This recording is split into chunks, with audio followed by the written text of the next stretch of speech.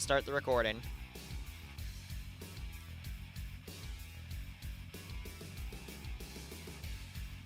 To this day, he gets random DMs when he's on King of the Hill servers about his legend.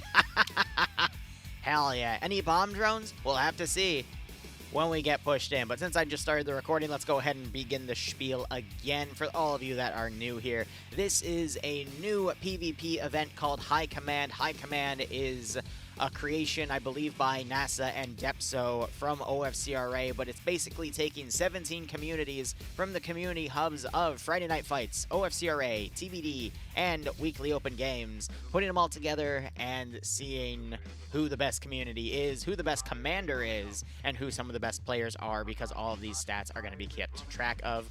Kills, stats, wins, losses, everything. How these rounds go is for the next 8 weeks on Tuesdays at 3 p.m. Eastern Standard Time. There will be 2 rounds. Both are essentially the same match, except the second round, the sides get swapped. The commanders are pre-chosen for each week, and communities are assigned to the commander for the sake of balance. So, in the event that a commander loses one round but wins the other, it's a tie game. There is a tiebreaker round. It's a mini one in the middle, just to see who the best little bits of PvPers are. But otherwise, now we're starting things up. A 3-minute warm-up. Blue 4 appear to be the Germans. Okay. Don, did we screw that up? Or did we just say Blue 4 versus Op 4? Oh, it appears Angel doesn't have the map and is currently falling through everything. That's funny. Regardless, Blue 4 are going to be Germans here. You can fix it. Feel free to fix it, buddy. Give it a 10-minute timer. But let's go ahead and go over our roster here just to make sure things are fair. Otherwise, we have Kiri commanding Blue 4, so he's going to be Blue 4, one of the commanders today. Again, he'll be switched to Op 4 in the next round. But we'll see what he sets up. He's got, on the opposite side, Lolo commanding Op 4. So Kiri, a prominent commander from FNF and one of the admins there, versus Lolo, a prominent commander within OFCRA. Not sure if he's one of the admins there, but he is definitely well known, at least for the CSF community. Looking at what Op 4 the US players have, we see multiple 50 cal SOCOM Humvees, and we also have a UAV that can be taken off. Meanwhile, looking over at Blue 4, since this is a platoon versus platoon, Blue 4 appear to have a bunch of Foosh APCs with MG3s up top. And that appears to be it. They also have some transports on the sides. And then we got a cargo crate in the back. German weaponry appears to be the G36. We see some SMAs and MAs in play. Night vision also available. Marksman rifle appears to be the G28. We got some MG4s in play for the auto rifleman. We also have some single shot disposable Panzer. I believe those are Panzerfausts. And then we also see magnified optics on most of the players, but not all. Looking over at Op 4 real quick, our US players. We're seeing M136s. I think some sort of HK416. We got 240 Bravos in play. And I don't see any heavier AT. We do have a sniper with a T5000, interestingly enough, so 338. And otherwise, I'm not really seeing much else here. Looks like we do have... I honestly forget what designation that weapon is, but that's basically a 7.62x51 NATO marksman rifle. Something to match the G28. So it looks like Blue 4 have the heavier pieces of AT to deal with these SOCOM Vics. And I don't really see much else on the board. But let's go ahead and do our breakdown here. We'll start with Op 4. Lolo under has Azuki, Matt, and Misano. Pierce is leading his group of 1WR with Henry Nolch, Nazi Fonz, T. Pupper, and Snajiper. We got NASA with Roy DeCamper, Mr. Dave, and Zixme, as well as PHK, Delta, Rigel, and Mr. Cool, all under the Ben group. Caleb's got Jonathan leading Swola and Major Khan. Pogo leading Kevin, Ezio, Kermit, Kilo, and Cheeseburger. Nicholas leading Aaron, Max, and Nick all together. Tweaking leading Crazy and Demovar. And then we got D. Django with Wolf and Bana and Son of Creepa. as well as Rizbo, who is walking in. Otherwise, looking over at Blue 4, who's all mounted up. Let's get a pan over to them. He's got Alexander and BJ under him. Lolo leading quarterback Zoni and Sam under him. Rixu has Ukrainiak and Leziak under him. Nandard and Kevlar together in a group. Ivnomain with Domin, Mika and Famulan together. Ilbanek with Marcus and Brewer. And C. Williams, who has just jumped in. TK Lama with Ziki, Kojonovic, and Massacre. Settler is a very cool guy, of course, with Kerfis and Audrey Sip. Geralt with Gregory, Wojak, and Malin. Nemesis with Iander, Dream, and Cullis. And then you got Oddball Killer, Jack, and Dewitson all together. Representation from at least 15 of the 17 communities on tonight. Objectives are as follows. There is a downed convoy over here. No idea what will come to terms with this. I believe this is where a VIP is potentially located that they'll have to find. And then that VIP has to be extracted into one of these two zones by the end of the game, at least I would assume. So we'll just have to see where this all goes and who's able to get to the ambush zone first.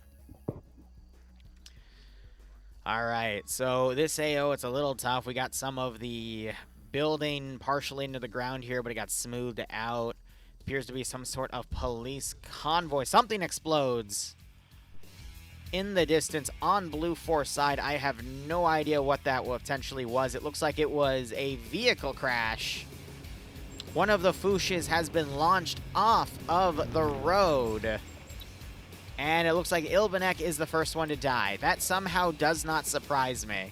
Anyway, with Blue 4 taking that early loss of a vehicle, not sure if they'll have anything to replace it because they're very vehicle barren. There's one back at base, but ooh, that has to be tough. Meanwhile, Op4 looks like they're just setting up around this position here. Looks like they're just trying to get some scouting data with everything that's going on. Blue 4 looks like they're going straight into the ambush convoy location as Op4 are dismounting a bit far from it and slowly moving in. We'll see if Blue 4 is able to recover from this vehicle loss here.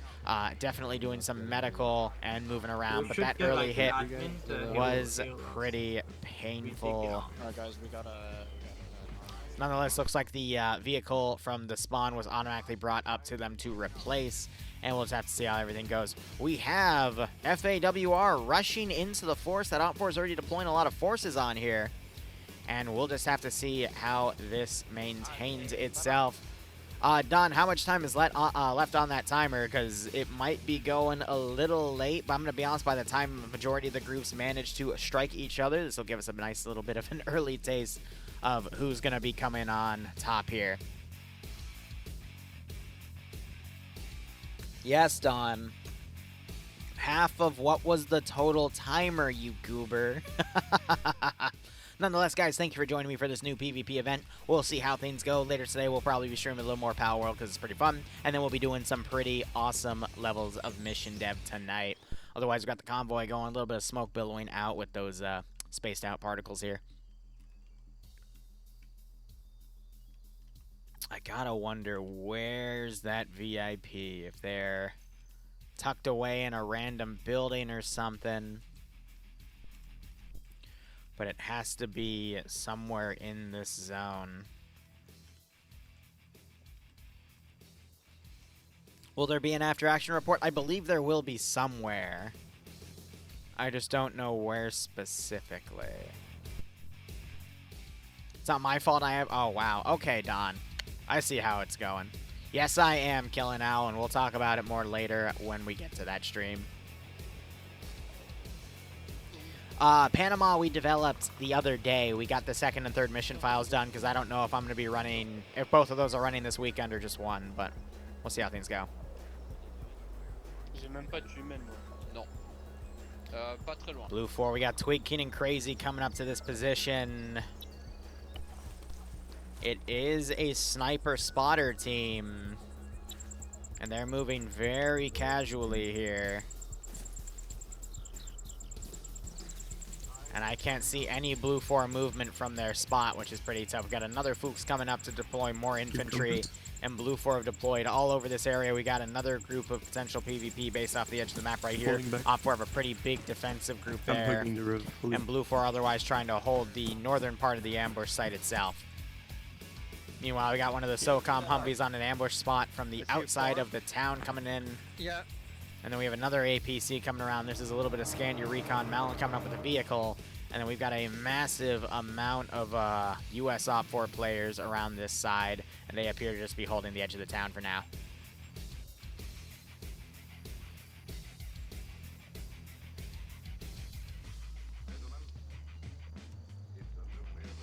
Now, curiously,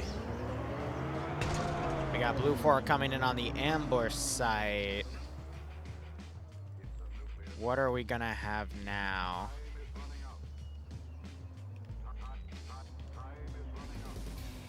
Looks like they knocked a tree over. They got a few other guys moving up on foot. I don't think OPFOR realized that there's this big force in their way.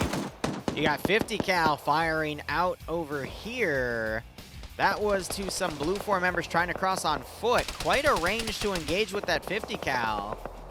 But the shots are going a little over a meter above their heads and landing a little far. At that range, especially with iron sights, it's really hard to get some accurate fire with that 50 cal. We've got another transport car coming around back there. And otherwise, forces coming in. We got some Blue 4 people kind of stuck on the rear here. I guess they're being forced to walk it after that vehicle went down. Is NASA still perma-dead?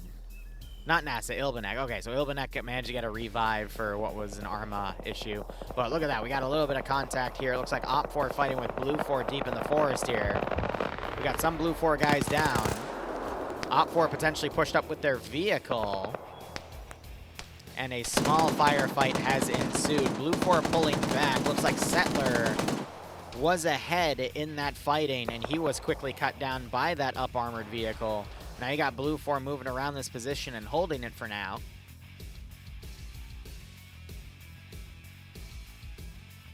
How you doing, Shark? So far, so good. And Dwarves replacing every building in a map is very tedious, and yet it takes multiple revisits and revisions, buddy. Take it from me, who does that all the time for 40k stuff, so just got to be mindful about that. Anyway, we got more Blue 4 players coming up here. PHK was up in front. He got taken out in the far right flank. Got some additional ghillie suit guys here. They are bandaging, but Blue 4, I think, is trying to push this group of infantry here. And we have another group of OPFOR coming around to try to relieve the OPFOR group that's currently pinned, but I don't know. Based off of how far off all the Blue 4 players are and how congealed OPFOR are, plus OPFOR have a little bit of a height advantage here, being on a hill and fighting downslope. I think OPFOR still have a decent advantage with that spot, and they can always bring more forces in. And you see that 2 Blue 4 players have been picked off. But we could potentially see some OPFOR guys turn around. What is bugging me, though, is Blue 4 are really starting to congeal a majority of their infantry on the central objective area, whereas OPFOR, we've got the major group right here, another group here, and then a small picket group over there, and I believe the command element all the way back there. So Blue 4 are definitely more bunched up here, but they still have plenty of territory to work with in this area. So it looks like Blue 4 just delivered a black eye to some of the OPFOR players here, definitely forced them to push back. And we've got Kerfus here coming up in a good flanking spot. This could change the game. Mr. Dave, not sure if he spotted. He did spot Kerfus. Kerfus stuck on single shot with the marksman rifle. He's taking some pretty nasty hits. Grenades coming out for both sides. And he gets the shot on Mr. Dave and manages to knock him out. More grenades going out. Mr. Cool trying to line up a shot, shoot some rounds on Kerfus as he pulls away.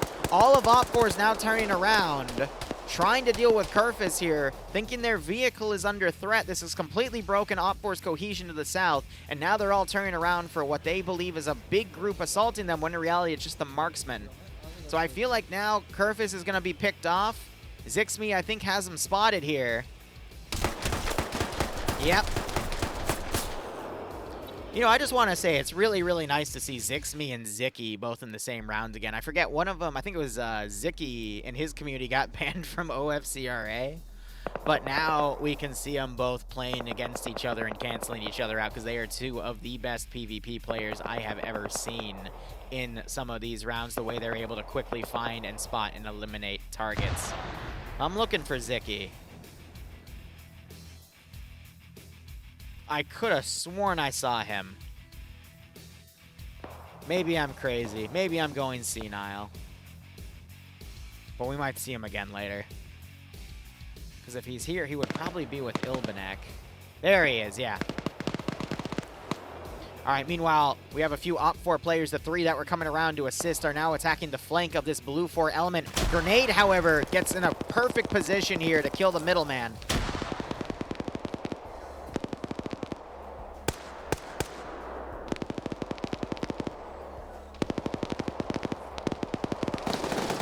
Now you got some Op4 suppressive fire because I think there's more than a single guy assaulting them here. Diego almost gets caught out by a grenade as well, but these two are now pulling back. Hopefully there isn't a red-on-red incident as those guys try to pull away. And these four are still pinned by that two-man team and keeping it secure. Blue 4, meanwhile, getting more defenses around the actual ambush position. Looks like the Op4 element north of this village came around and is now fortified this Op4 position on the side. Really, they could be used to maneuver in and assist with this group pushing this blue 4 element, but instead they're kind of being held in reserve. Looks like that other Op4 element has been mounted up, 9 infantry. They were coming into the fight, but now they've turned around. Don't know where they're going to be going just yet. Blue 4 have a few stragglers. They are pitching in, and then we have this group over here, but AT is fired, and it is short. You hear that Op4 is panicking at the moment.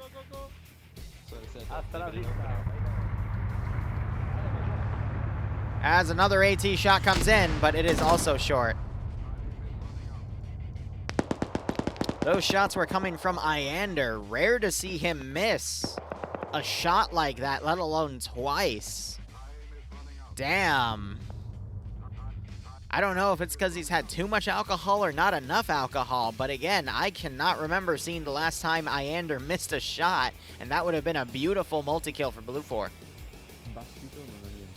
The pressure possibly getting to him, but otherwise, Op4 trying to regroup themselves. We got that two-man team with this group behind him. I think they're realizing that that was just a single guy assaulting their position.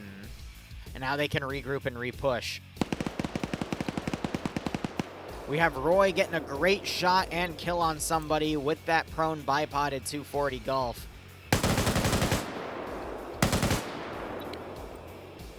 Firing at pretty much anything that moves. He's taking some suppressive fire and takes a headshot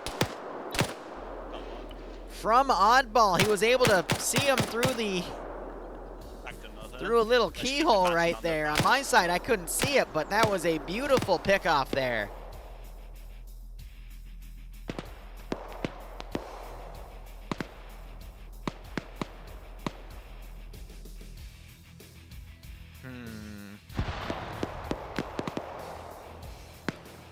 I feel like this Op4 group is pinned up here. I think in a head-on fight, they could break through, but not without taking heavy casualties. I'm really surprised we're not seeing this Op4 group come over to assist. And then this group, which we saw mount up and start to move in, looks like they were ordered to actually pull back and hold that position. I feel like if Op4 were to start converging all of their elements in a three-pronged assault, they would overwhelm the defensive Blue 4 element, but the fact we're still having this fight prolonged shows me that the commander Lolo here is really focused on this fight right here and keeping his other two elements on Overwatch. I feel like if he were to push everything in, he'd win the fight overall, and I think one of his elements is reporting they see movement over here, but I feel like Lolo could be a little bit more aggressive, and the only reason he's not is because of a lack of information. All he has is a report that these guys took AT fire, these guys see contact over there, and these guys are in the thick of it. So I feel like if we push the guys that took AT fire to go and reinforce, they could bulldoze whatever was here, and then one element could swing around on Overwatch while the other one pushed it directly while the other group harassed. But we are blessed with perfect information here. We can only begin to imagine what the commander is being fed here. Blue 4, we've got a little bit of stuff still on the outskirts here. that can be committed. I just saw one Blue 4 guy in here get picked off. But let's look at the skull counts here. So Blue 4, they've got a few on their lower echelons here, whereas Op 4 kind of have it all spread out. Op 4 definitely having 1 or 2 more skulls, but for now, that's kind of irrelevant. Don, if you're here, buddy, what can you tell me about the numbers spread? What community or what side do the viewers think is going to be winning this based off of points?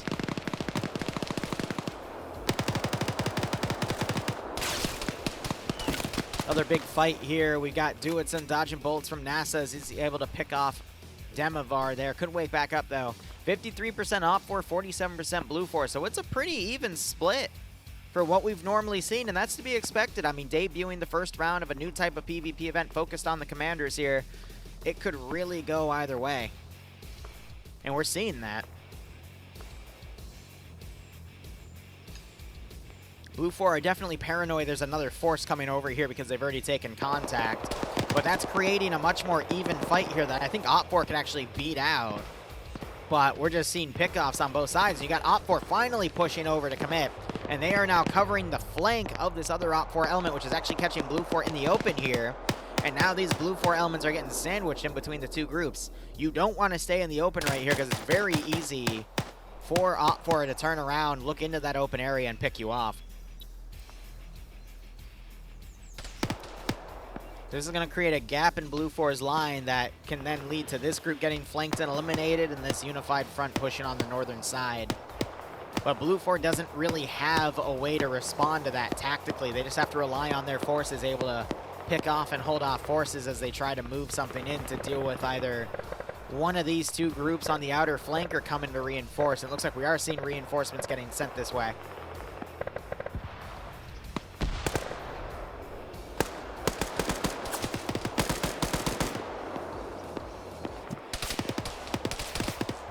NASA doing his best to pick off some of the retreating Blue 4 elements because they've gone from that open area to further back, but they're still staying within the tree line here.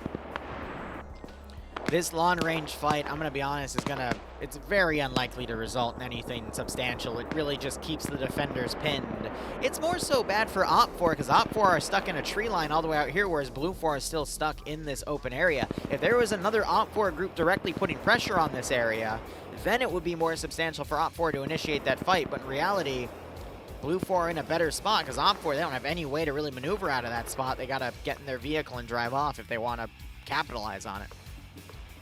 But again, I think right now Op 4 Command knows this. They're keeping these forces here to just plink at the Blue 4 garrison as they try to rally this front over here to then steamroll and then hit that final objective from the side.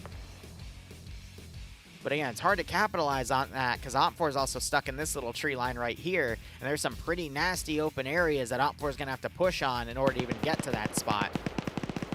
So the local squad leaders are definitely in a bit of a pickle, as we also see that Blue 4 is trying to push some forces on the flank here and I'm already taking fire.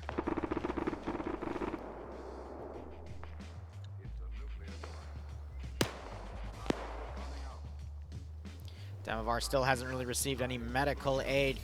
Still bleeding on the arms there. Is more than likely going to die. So we got 4 Op 4 on one side, 2 Op 4 on another. Blue 4 desperately trying to still hold this position here. And then we got these 5 guys still stuck over here, I guess, holding. All they've been really doing is holding.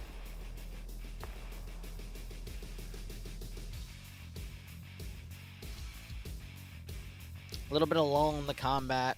We've got 5 Blue 4 on the northern side, slowly coming around. They could then come up to this tree line and then potentially bounce on Op 4 on that northern side. Normally, I wouldn't rely on those types of maneuvers, but with how slow the maneuvering has gotten in this position, I think there is still plenty of time for Blue 4 to call on forces to attack the weaker groups of Op 4 that are in certain areas. Then we have this vehicle coming up. I think it's going to try to pick up these Blue 4, and they're going to break off this position. That's going to leave these guys out to dry, but their goal could be to go north and then regroup with that other group and then sweep north to south with reinforcements. So this is just a simple repositioning of forces here. Or this could be a full pullout because he is taking fire from Op 4. I don't really see why he's staying here. Tough calls all around.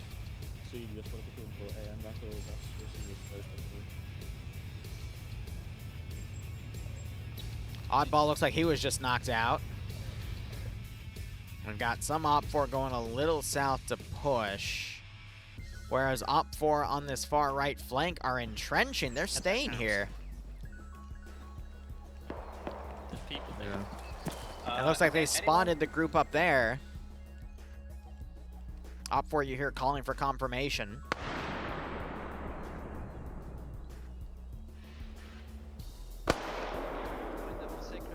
Op4 at least bringing their Humvee with them for some fire support. Killer knocked out.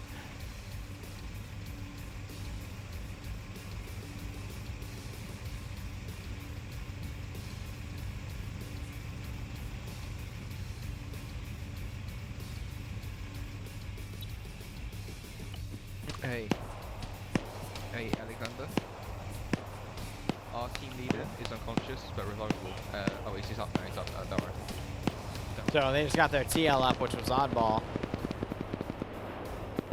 So Alexander might have come over to check on what the situation was. I think these guys are going to come around and then try to flank that Op4 element again.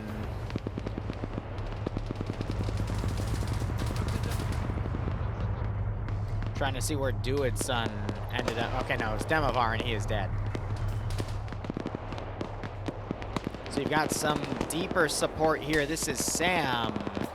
He's got some angles through the trees here, and he is trying to pick people off with that MG. He's definitely seen the tracer fire coming by. Not the little lines themselves, but he sees the damage across trees. Op4 have mounted up from that Overwatch position, and they are going to drive right in. Very bold strategy, but, I mean, we got the king of bold strategies riding in on this. He's driving specifically, literally using his men as ablative armor for the Humvee. All right. Sometimes, guys, charging through an open field is a pretty solid strategy. Definitely a bold move, Cotton. Let's see how it plays out.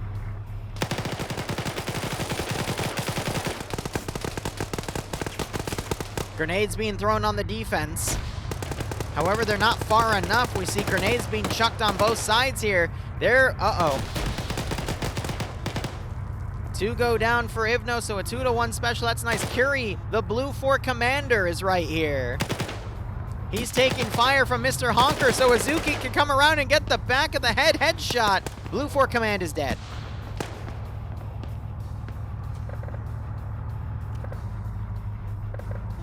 Meanwhile, we see Blue 4, they've gotten on the northern side, they've taken out NASA. We see a few other bodies around. They're going to be pushing and basically closing the gap on that small Op4 group.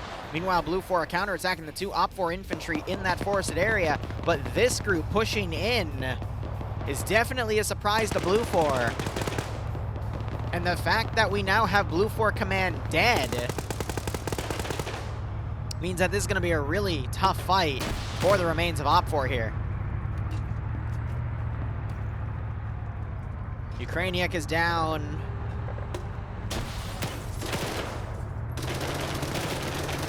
Looting the body for that AT. We're going to see a shot on that vehicle. No, she gets out. Blows herself up and everyone around.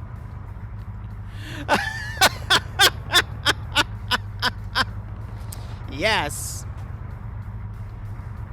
Yes. That is why we cover PvP. What a beautiful play. Takes out the vehicle, manages to get a few other double taps here as Pierce drives up and goes, huh, that happened. But a majority of Blue 4's defenses across the convoy ambush position are down. We hear some AT firing, and that is a SOCOM Humvee, I believe, being blown up by a flanking force. Don't know who fired that shot where.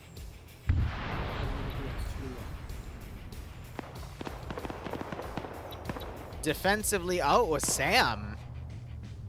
Sam had some Panzerfaust tucked away, and he just used it on the vehicle. Good play there.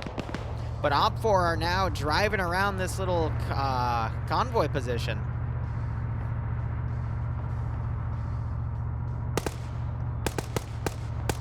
We're seeing bodies getting double tapped. It's only Leziak who's still alive back here.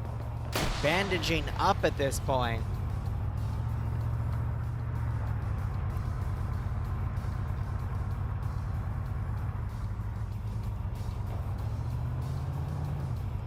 And we've got more Blue 4 reinforcements. Only some trickling of infantry coming in, though, to spot what's going on. I'm kind of surprised no one stayed in the gunner seat of the Humvee to help with fire support. Instead, it's just Pierce kind of blindly driving around here.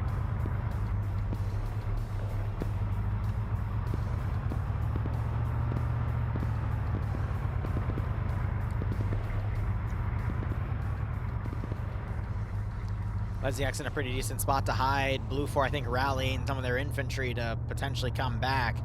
Hard to say. Pierce, I mean, he definitely traded a decent chunk of his infantry, but to get forces right on top of this position, I mean, not the worst trade in the world, considering everyone they eliminated there. Blue 4, on the other hand, looks like they were able to eliminate almost all of the Op 4 defenders there. The 2 over here got knocked out, but at a pretty nasty trade of a good chunk of the Blue 4 members. But it looks like 2 of them were able to turn around, and now they're going to try to counterattack this position.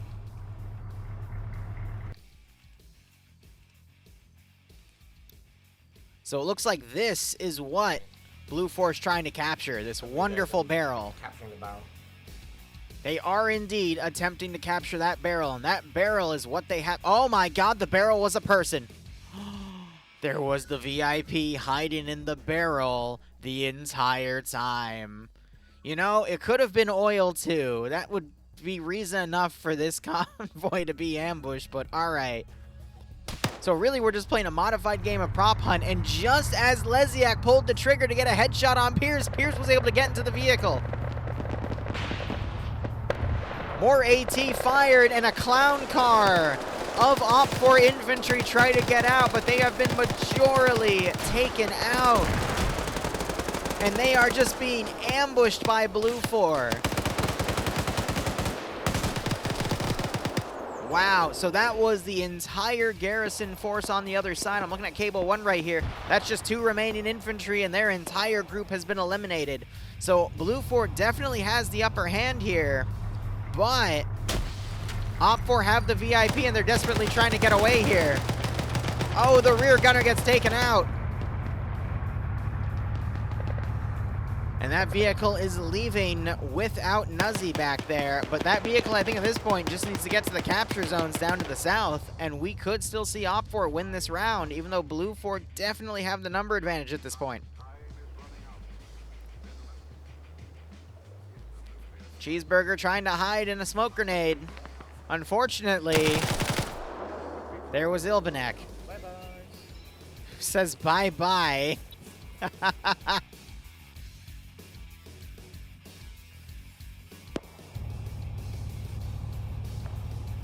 Now we're tracking Pearson Pupper. I think they're going to beeline it to the capture zone because Op 4 doesn't really have a lot of infantry remaining.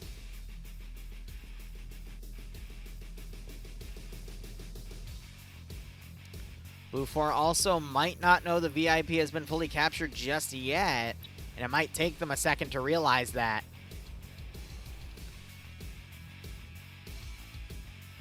I'm going to be honest, Op 4 had 1 of 3 maneuvers work out for him with that rush. This one with Blue 4 encircling and pretty much annihilating that group entirely, and then this one a misplay by having the vehicle just charge into a tree line and getting AT'd and losing all their infantry. Tough calls all around. Just look at that is 4 bodies, 5 bodies.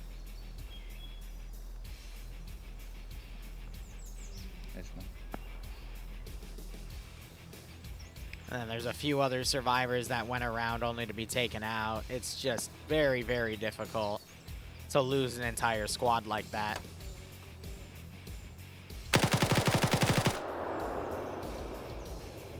Another body was just taken out and double tapped. So you got 2 over here, 3, 4, 5, 6, 7, then the 8th over there, and then a 9th right there. I love how we have a bit of a human centipede going on there. All right, Pierce rushing in. He is trying to pick up.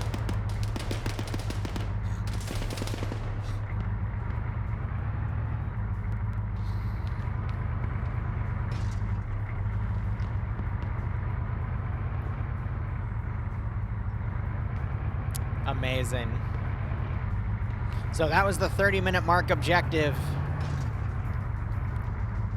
And Op4 were able to capture the VIP, though I see it getting counted twice.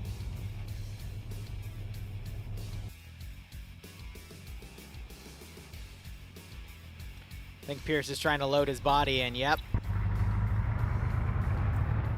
And he left his other guys over there. He was just going to run in and grab them. But yeah, Pierce rescuing you. Chat, would you like Pierce to come and rescue you on his own, free of charge? I think Pierce is a swell guy. He'll hit you with his vehicle to get you to shut up so he can drag it in his car and drive away. Ain't that something? Anyway, Rizbo coming in getting a nice double kill there. Trying to double tap Killer's body. Chat, no, come on. See, I like Dreadnought. He says yes, outright. Be good. Killer looking around, trying to ask if his battle buddy's good. Rizbo isn't able to maintain that double tap, and Killer's able to walk away. Wounded, but away. Well, just the American healthcare system. They help you, and then they give you a hospital bill. Crazy in a bit of trouble here, because I think Twig King next to him just got picked off as Blue 4 are scanning this area. Crazy just got a kill on Nemesis, and Nemesis decided he needs a drink. Yeah, me too, Nemesis. That's why I always stream with a glass of water.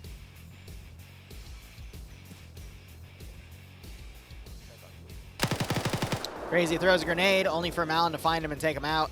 That grenade, though! Oh my god, and there goes Scandy Recon. Another grenade goes out, Malin runs away. Nemesis wakes back up after having a drink, but that grenade, that is a double kill potentially. Nope, Cullis wakes back up, so good double kill there.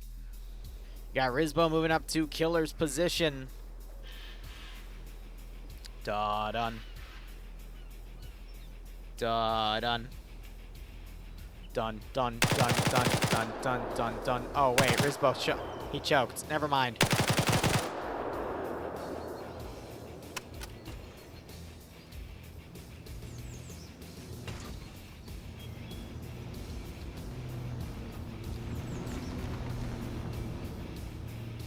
Well, thank God Killer knocked Rizbo out just before Rizbo would have been knocked unconscious in front of that truck's path to get run over. Wow, Killer's such a nice player.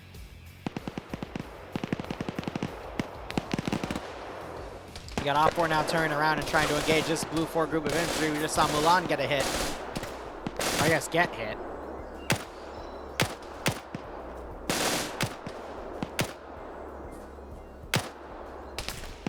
Oh, and then he takes one to the face.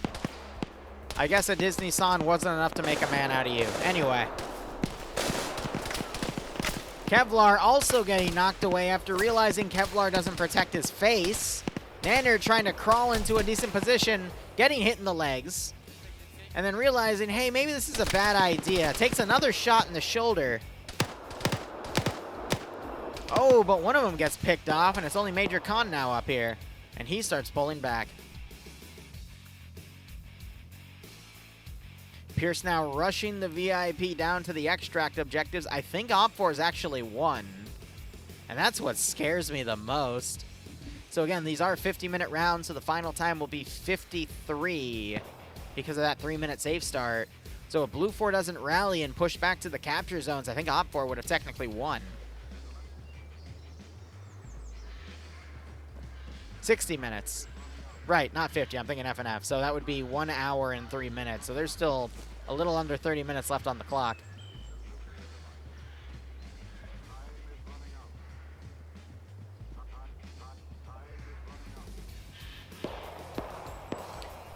Seeing some more fire coming in. That's on Major Khan's position by Killer. Looks like he was able to go up and double tap his aggressor.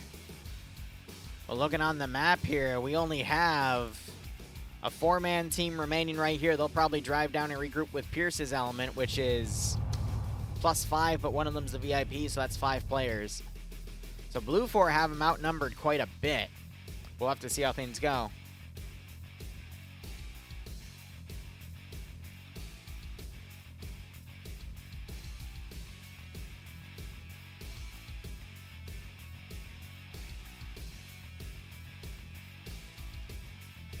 1 second.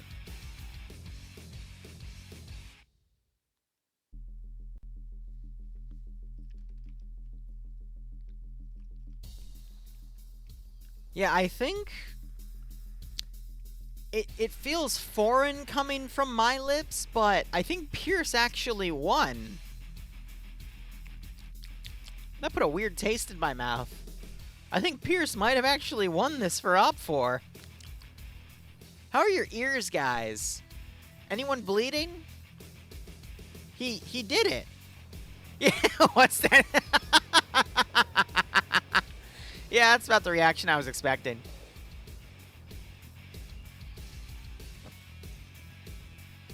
Oh, shut up, Zam. Okay, so I think there were 2 VIPs.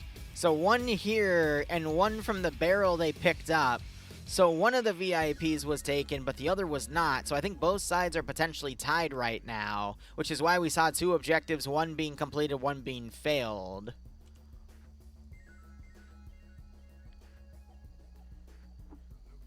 And I would assume then you would have had to bring either both or 1 and 1 to the extract zones, and that would have been it. But we already see Blue 4 mounting up a 3-man team and heading back to one of the extraction zones, whereas Op 4 is right next to one of them. And it's in a decently defendable spot here with these wrecked buildings.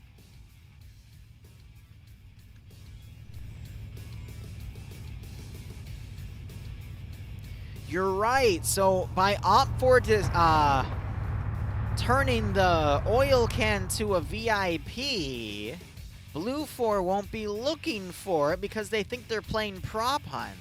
Great call by Op 4 there, in my opinion.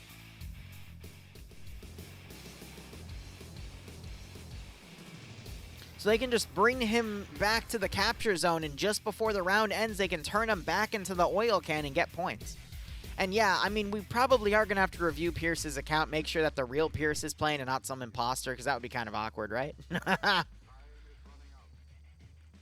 Though I'm tempted to say it's the real Pierce, because only the real Pierce would come up to rescue someone and run them over, then drag their unconscious body away in the vehicle, right? So I think it's the real Pierce. Pierce merch. I was joking about that, but now I'm kind of thinking about it. Yeah, he used a vehicle to charge the open field instead of just basic infantry, which has me concerned. It means he's learning. Horrible hog, I don't feel so good.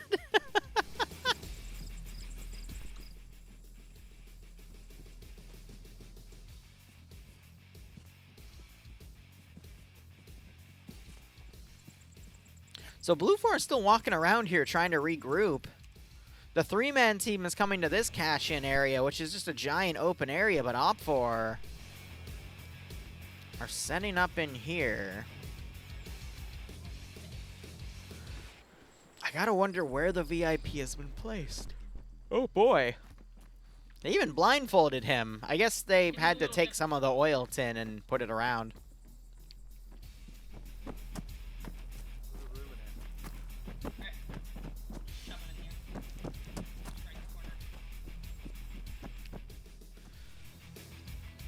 Alright. 5 Op 4 defenders. We still have 21 minutes. Looks like the ground command team is also slowly coming around. Come on, you have a route to drive right there. What are you doing?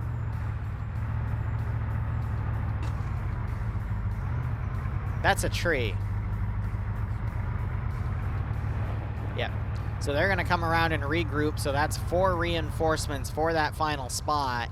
And then you got Major Khan still looking around out here. I think he's going to be out of play for a while. Blue 4, they have that 21 minutes, 20 and a half minutes now to regroup and push that final position. It looks like Blue 4, realizing that that's an open field. I can see why they checked it first, thinking, hey, if it's Pierce still alive, he might pick that open field first. But no.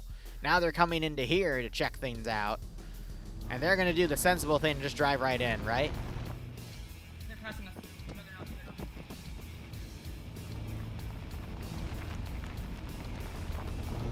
Well, they just spotted them for sure.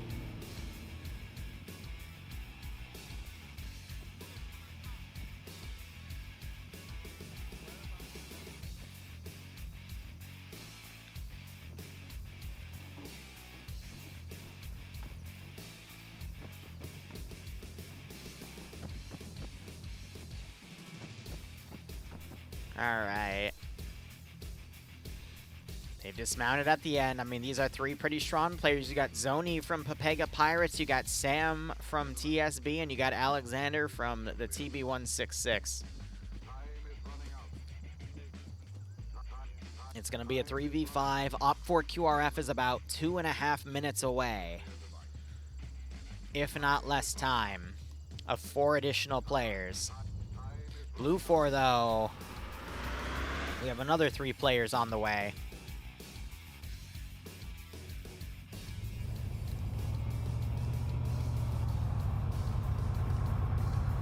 Pierce is now pulling the vehicle away. You know what'd be funny? If he took the VIP and he went to the other capture zone. But no, the VIP is still in that corner. I think he's trying to do that on purpose to potentially bait Blue 4 into thinking he might be doing that. Oh, the 50 broke on it? Dang. There's only one guy in it. No VIP or anything. Yeah, but they spotted the bait. He's moving, but he's driving around in the Evic. Could be the commander. He's stalling, Yep.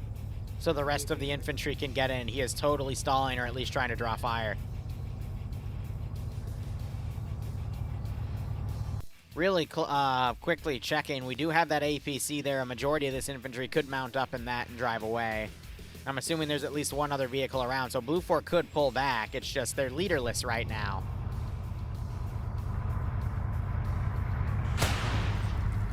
How the hell did you stop just in front of taking...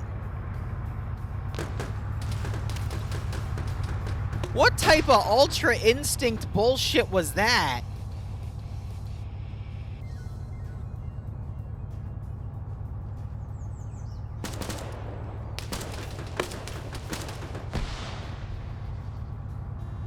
What in the hell?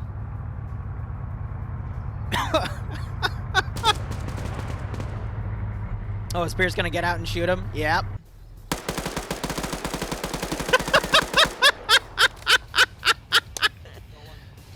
Oh my god! What is this bullshit? Zoni, use kill. It's super effective.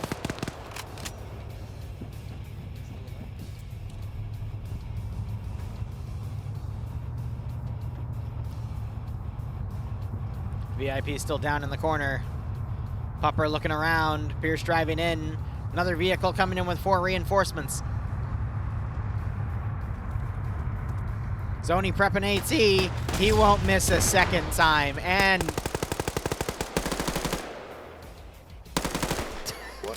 Take them, you can take them, we don't need them. Oh no, it's used. Non lo so, camperiamo però, camperate. Why? Perché a me non sta sparando? If you kill a Pierce, you're only killing yourself. That's what we've learned today. Potrebbe esserci più nemici, raga. If you kill a Pierce, you're only killing yourself. Okay. Okay. I'm just gonna sip my water and... Yeah. Also... Yeah. All right.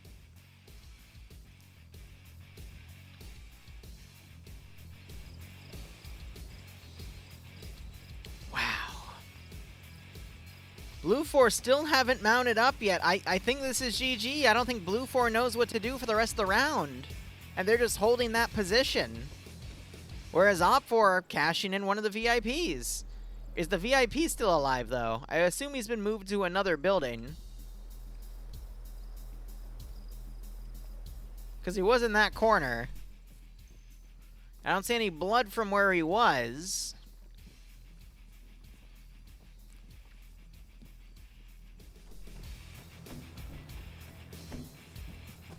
There he is. Yep, so he's being moved now to this corner.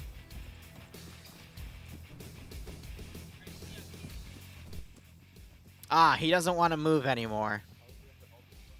How much time is left? We have 14 and a half minutes remaining.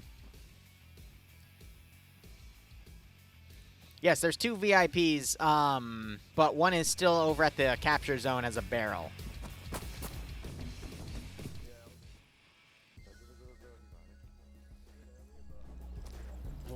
So they've only got one.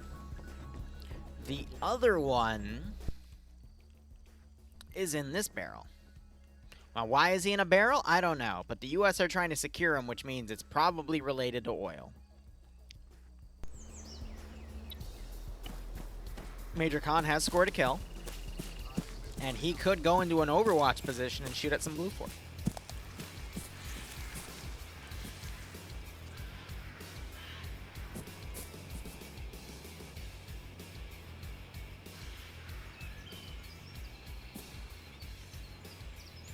Being incredibly cautious here. Blue 4 only have 3 other players. I'm surprised they're not driving back and trying to rally more players, but the Blue 4 commander is dead, so I guess they're not coordinating anymore.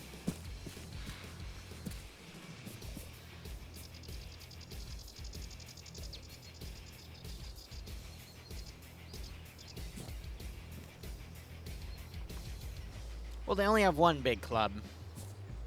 And that is for reasons we can't explain. Sí, a la derecha, entre la casa y detrás de la beacon que hay ahí.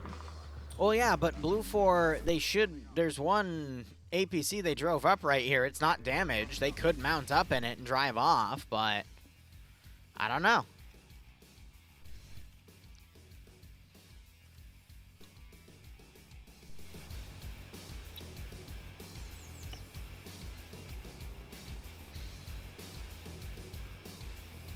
They can Tempest, but usually when you cut the head off of the snake, the rest of the body still just wiggles around. It doesn't really do much. That's a proper way to explain what's going on. Pierce is dead, yes, but the guy that killed Pierce promptly died because blowing Pierce up caused the building the dude was in to disappear, and then he immediately got gunned down, and it was comical. Per favore non fatevi vedere, state solo, cioè state nascosti. Ivno appears to be mad. Okay, perfect. So I have a special mission for you. So can you hear me on 75? No. Is that your frequency? 75 is the long range. 106 is the it's the short Still range. doesn't have a killing. Okay, so Matt gets sniped! There's Pierce's dead body. Lo vedo, nel bosco, nord-ovest. Shadow Spark, thanks for the 23-month resub. I hope you keep enjoying the operations. I do hope you get a nice kick out of this scenario. Blue 4 are doing their best to pick off who they can at this point. Distancia. Oh no.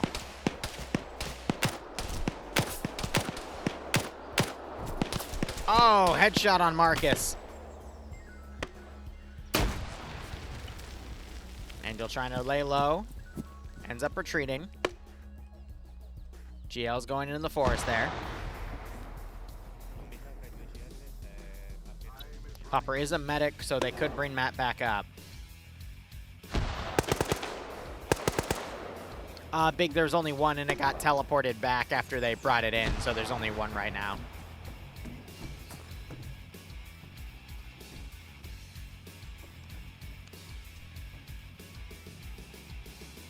Good shooting by Op4 there. Looks like Major Khan was spotted and promptly taken out. Freshly rolling around, so someone just dropped him, and you got Blue 4 now patrolling the woods to the north.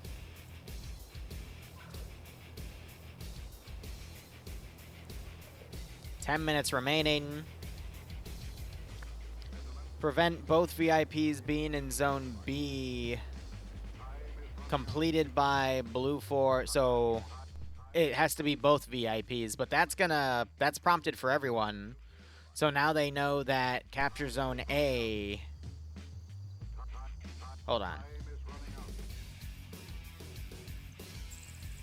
Well, the fact that one of them got completed means there's something fishy down there, so we'll see if Op 4, Blue 4 mounts up and deals with it.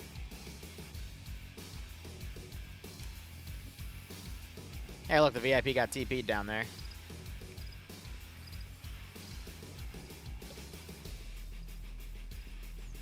Sense or not? I don't know what the final point tally for everything's going to be, so even though Op 4 is winning this spot, the fact that they only have one VIP in it means it could be, you know, Blue 4 could still technically win, so we'll just have to see how things go. Depso, if you're still here, can you shoot that website again? I'm going to put it on my phone and look up the objective real quick.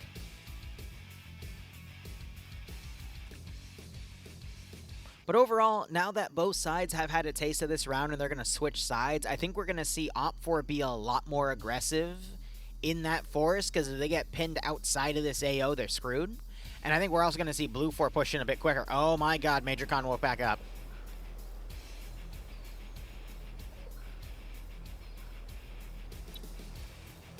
And I think he's AFK. Major Con, please.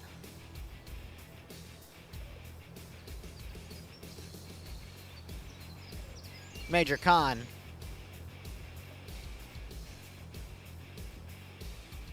Oh my god. Wait!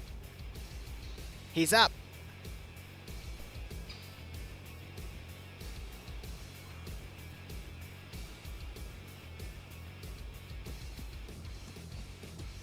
Now he's on the move.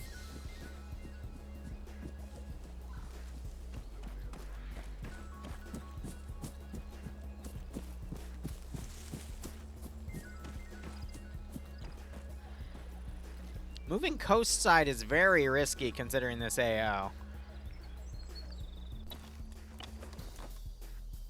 Yeah. Oh, he's alive. Matrix.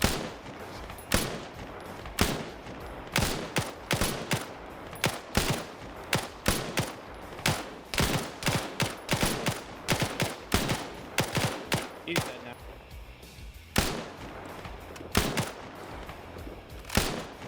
Yeah. And he's dead. Anyway.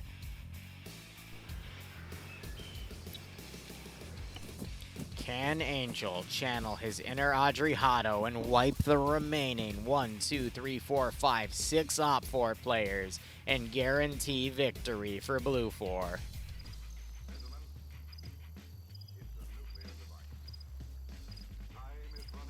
He's got a marksman rifle. He should be fine. Shoot the VIP. Shoot him in the face.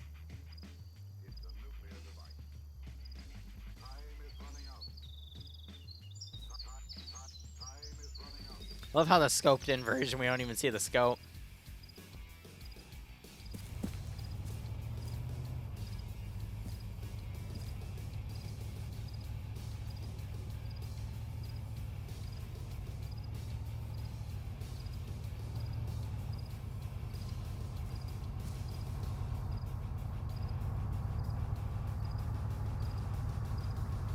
The weapon is a 417, yeah.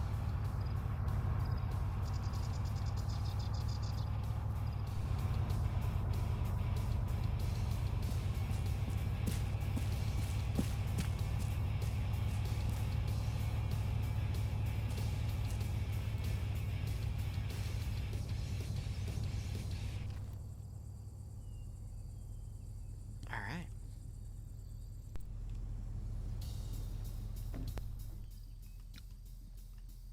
It's a 417 or a G28. I think I said originally it was a G28 though.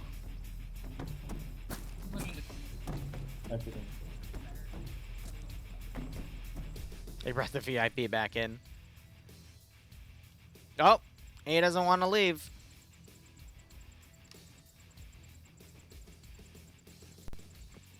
Where's Lolo going?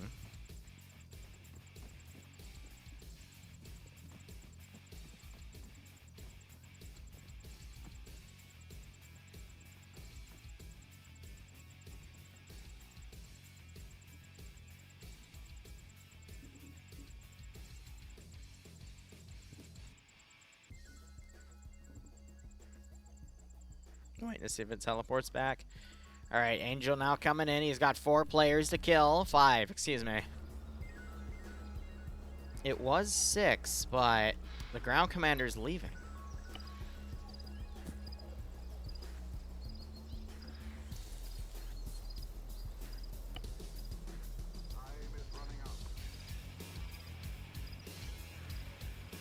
We have 4 minutes remaining. Send in Goat Team 6 now.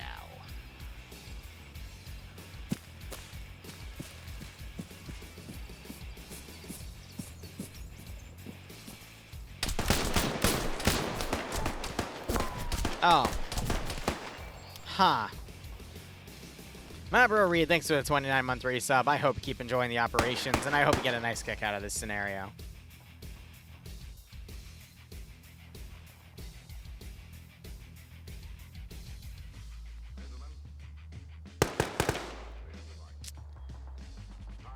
Well, I didn't jinx anything. Nah.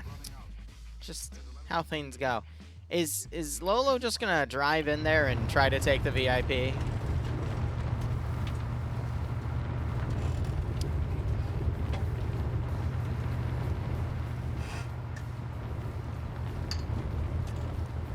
Can Lolo channel his inner Audrey Hotto and drive into this AO and steal the VIP?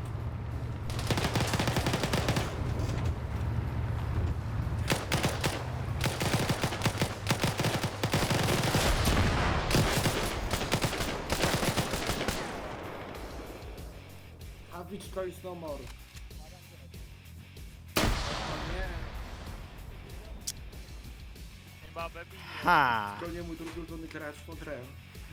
You know,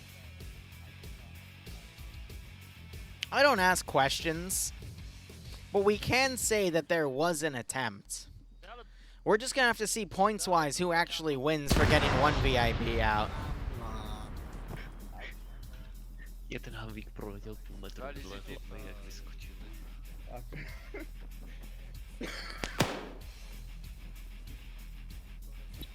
There was an attempt, we can at least say that. Alright, 2 minutes remaining. If no, I guess just wanted a meme, and Op4 is staying out, so... Alright. So based off of this point disparity here, so Op4 would have gotten multiple points if they got both of the VIPs out. And there were 2 VIPs to 3. So the fact that Blue 4 were able to hold it is why. Zicky on 5 kills. Oddball on 4 kills for that round. But wow. It really didn't help that Op4 lost an entire squad in the forest on that far right side. But anyway, that is that round, guys. Big oof. I think Pierce did what he could. I'm not sure if he knew he needed to grab both VIPs or if he was pushed out of there, but I'm going to be honest. Op4 had control of that AO. More than enough time to get both VIPs. But they only grabbed one. So that's kind of funny. So even though we praised Pierce for what he did, we didn't realize there was a second VIP. So it was all for naught. Well then. Blue 4 won that, Don, because there's a second VIP to grab. Oh my god. Ain't that something?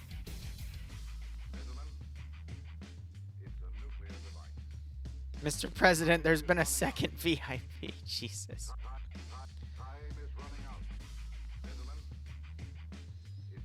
Both VIPs were in oil barrels, though.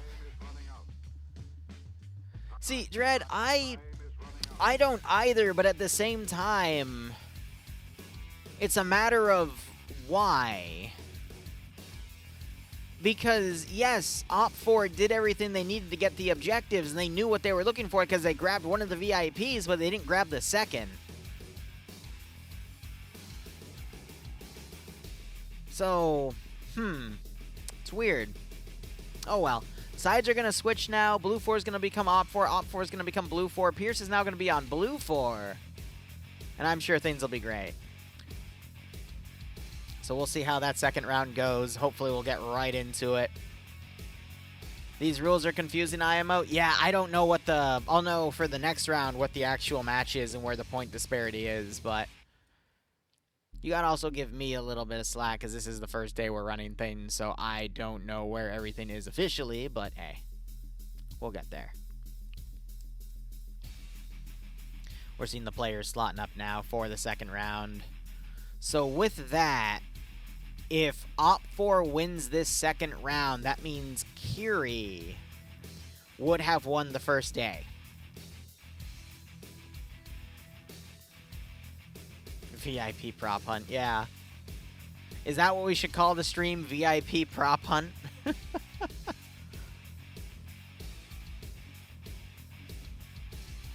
Staring at Excel spreadsheets all day? Oh, so you have Bloodwing's job. I feel that.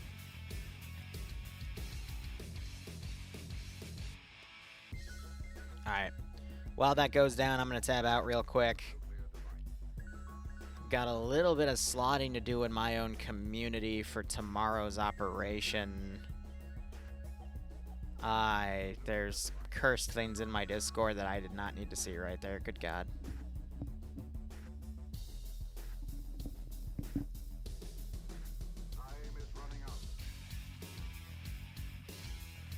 So give me a second.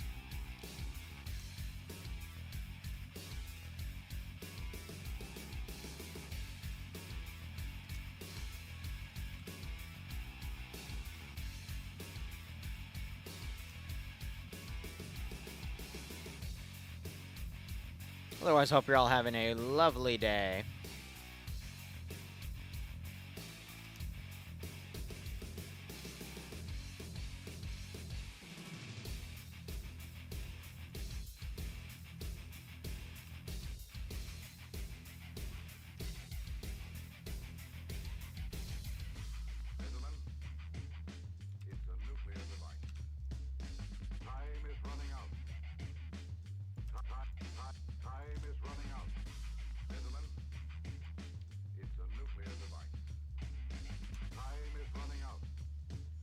As I fill this roster.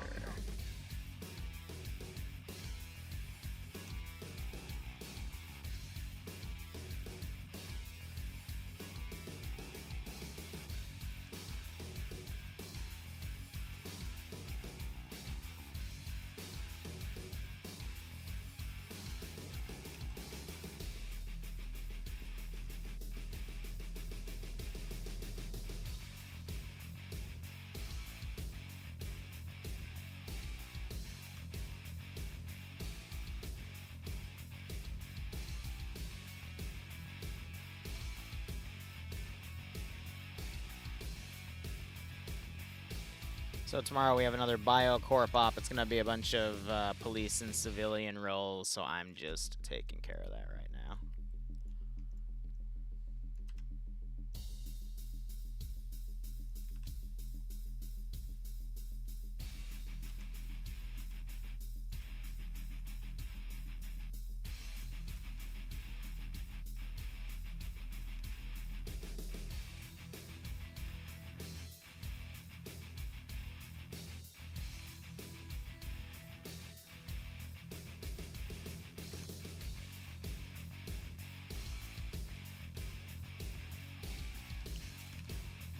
Multitasking.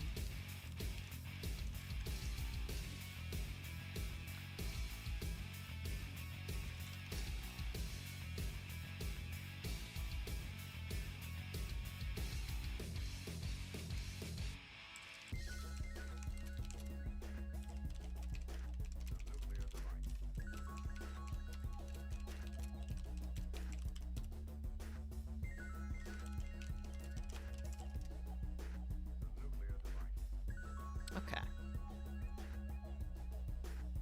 I'm also going to change up the music here. Let's do a classic.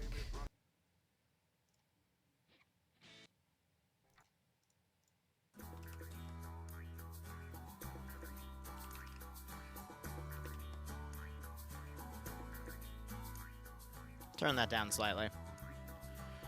All right. Who was the MVP? I mean, I saw Zicky with 5 kills, and I saw Oddball with 4 kills. I mean, we definitely had some pretty nice multi-kills on the winning side there, so we'll just have to see how things go. Is there a PvP op at 8 p.m. Eastern Standard Time tonight? Not that I know of, Killing Owl. Do you know of one? Just because I don't know doesn't mean it's not existing. Why do I get a bonk? What did I even do? I was busy filling out a roster there. But with the sides switched here, now you got Lolo playing Blue 4 Curie on Op4. If Op4 win this round, then the night is over. If Blue 4 win the round with Lolo, then there will be a tiebreaker that we will be covering. Saw it mentioned in the mod chat. Let me go look.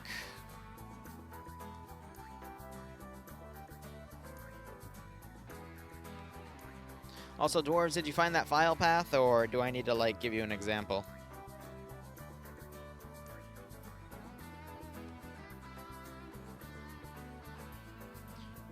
I think what they're talking about is what we're covering right now, because 3 p.m. is also 8 p.m. in European time on, like, the British side.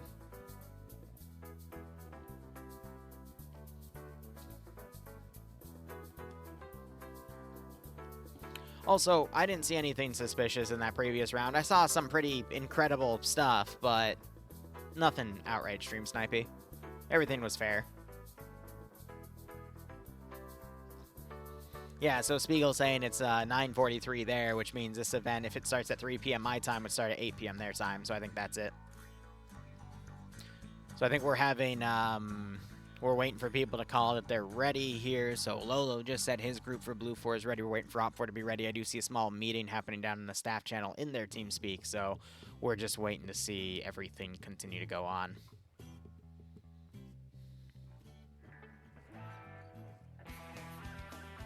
PvE tags are still on the stream? Of course they are.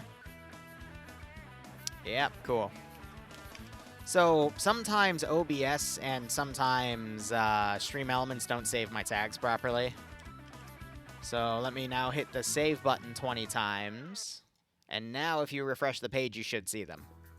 Because it doesn't like it if I do it once. I literally have to spam the button. Oh, you're fine, Killing Owl. Happens to the best of us.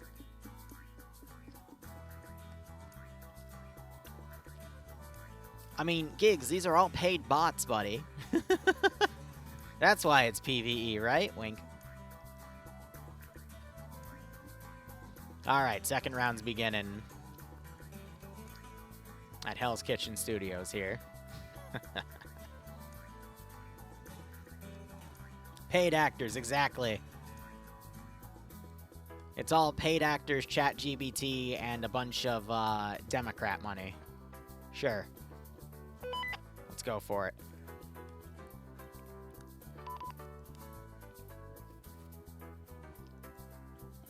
Alright, so again, Blue 4 is going to be spawning on their flag. Or excuse me, Blue 4 is the German force. They're going to be spawning up here. Op 4 is spawning with those 4 SOCOM vehicles.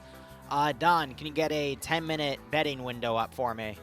Same thing, Blue 4, which are going to be the Germans. Op 4, which is going to be the U.S. Rangers. And again, the objectives for this round are 2 VIPs hiding in 2 little barrels over at the ambush convoy position. The Op 4 US element is trying to secure both of them and bring them to one of the VIP extract areas. And the Germans are trying to prevent them from being captured. We'll see how things go. But nonetheless, guys, thank you for joining me. If there is a third round, we will be covering it. It's going to be a mini bonus round, just in case Op 4 lose this round as well, because then, since there's a side switch here, yeah, just means each commander's won at least once.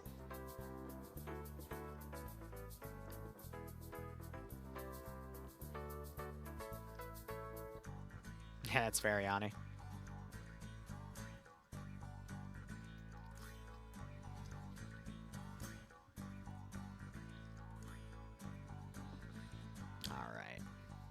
And now we wait. I'm going to be honest, based off of how that previous round worked and how we know things work now, really, I think it's just a matter of whoever gets into this position first. This position up here is quite nice. It gives you some decent overwatch, but whoever actually controls the ambush convoy position first, I feel like, has the major advantage. So Op4 could literally just rush in, take a right turn, and then swing in, do a dismount like right here and push all their forces in. Blue 4 just need to charge right in, take a left. They can dismount early if they want in this tree line and push in, but really I think it's just a race of whoever can get to that position first. And I'm going to be honest, Blue 4 is slightly closer, and that's what scares me.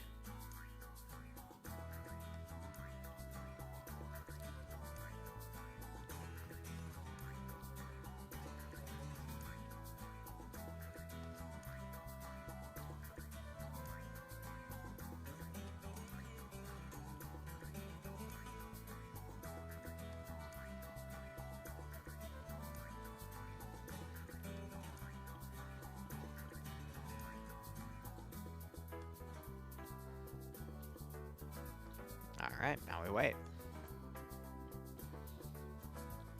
Definitely, though, the VIP extraction area here is much better than A. A is a big open field. B, you actually have a few buildings to work with.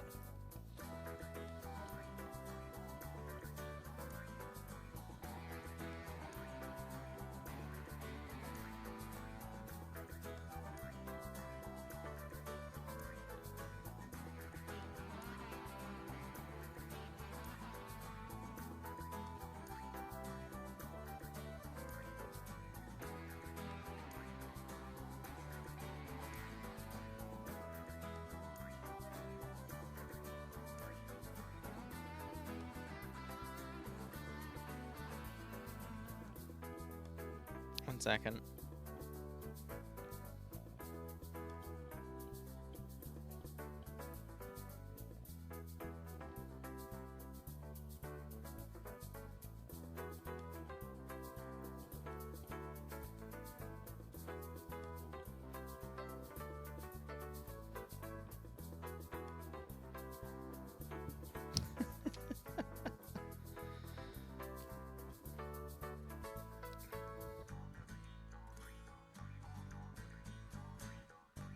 I'm teaching someone how to put a mission folder into their game file so they can open it.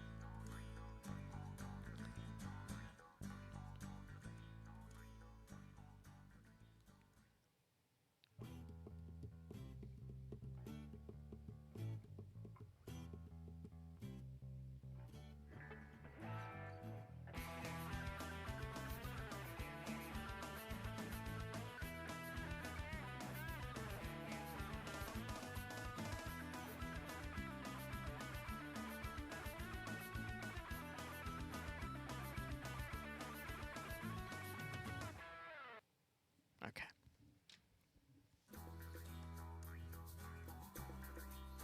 It's okay, dwarves. We'll teach you. We'll teach you. You're gonna bet on Lolo and Pierce again, but it feels like I'm gonna lose again. Hey, Striking Eagle, I've got this private poker tournament every Saturday night. We play for keeps. You know, it's like, you know, $100 buy-in. I'd like you to come to that, buddy. If you have, you know, $100 to lose, you know, to burn, definitely. I'd love to invite you over. I see, Zam. We'll see how things go. Always bet on the losing side. I find it more fun when I gain points from them winning. Yeah, I feel that, Spiegel. And it's not like these points really represent anything other than my hopes and dreams. So we'll see how things go. Wonder what the holdup for this round is. A little worried because if we do end up in that overtime round, I don't know how long it's going to be, and I do have to be somewhere in a few hours. So we'll see how things go. Lose 22,000 voting on Pierce. Just a normal day. Yeah, right. Another hydrate. Gain 200,000.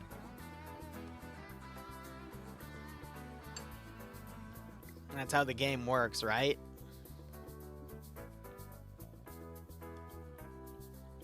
Oh my god, what's that? Stop being mean.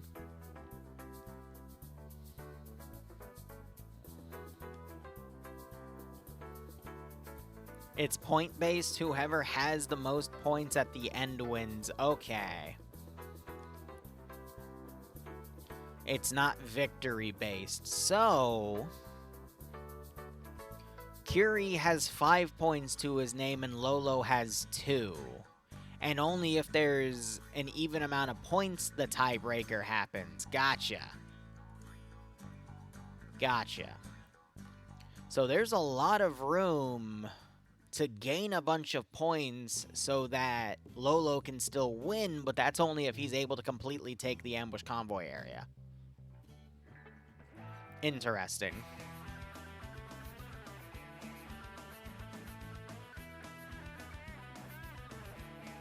When's this mission starting? Hopefully soon. I think they're explaining the rules again. Because again, this is a brand new event that's going for the next 8 weeks.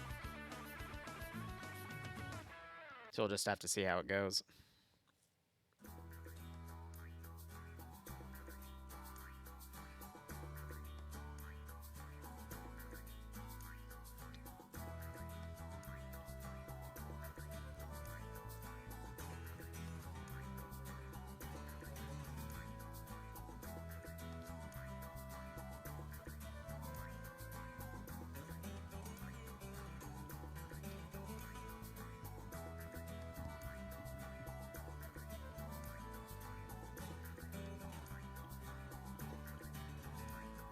Have to wait with bated breath.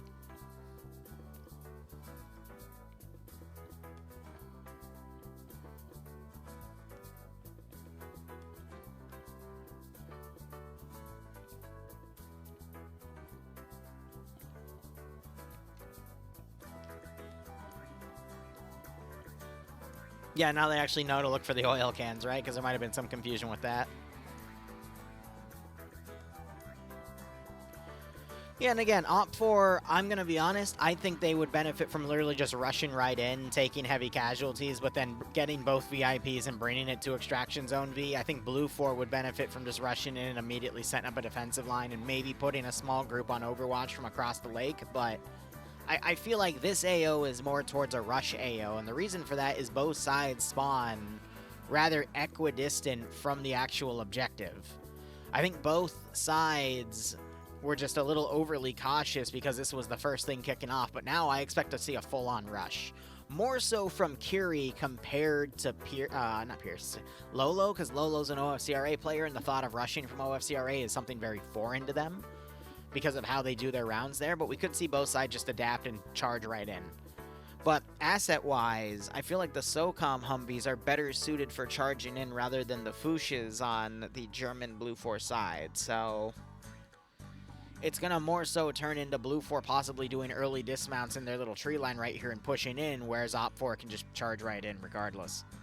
That's also why Blue 4 is given things like SMAs and MAZs, which are, you know, heavy hitters for Blue 4 vehicles.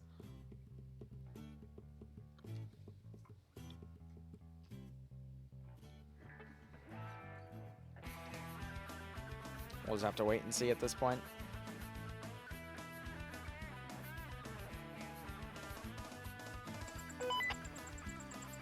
All right.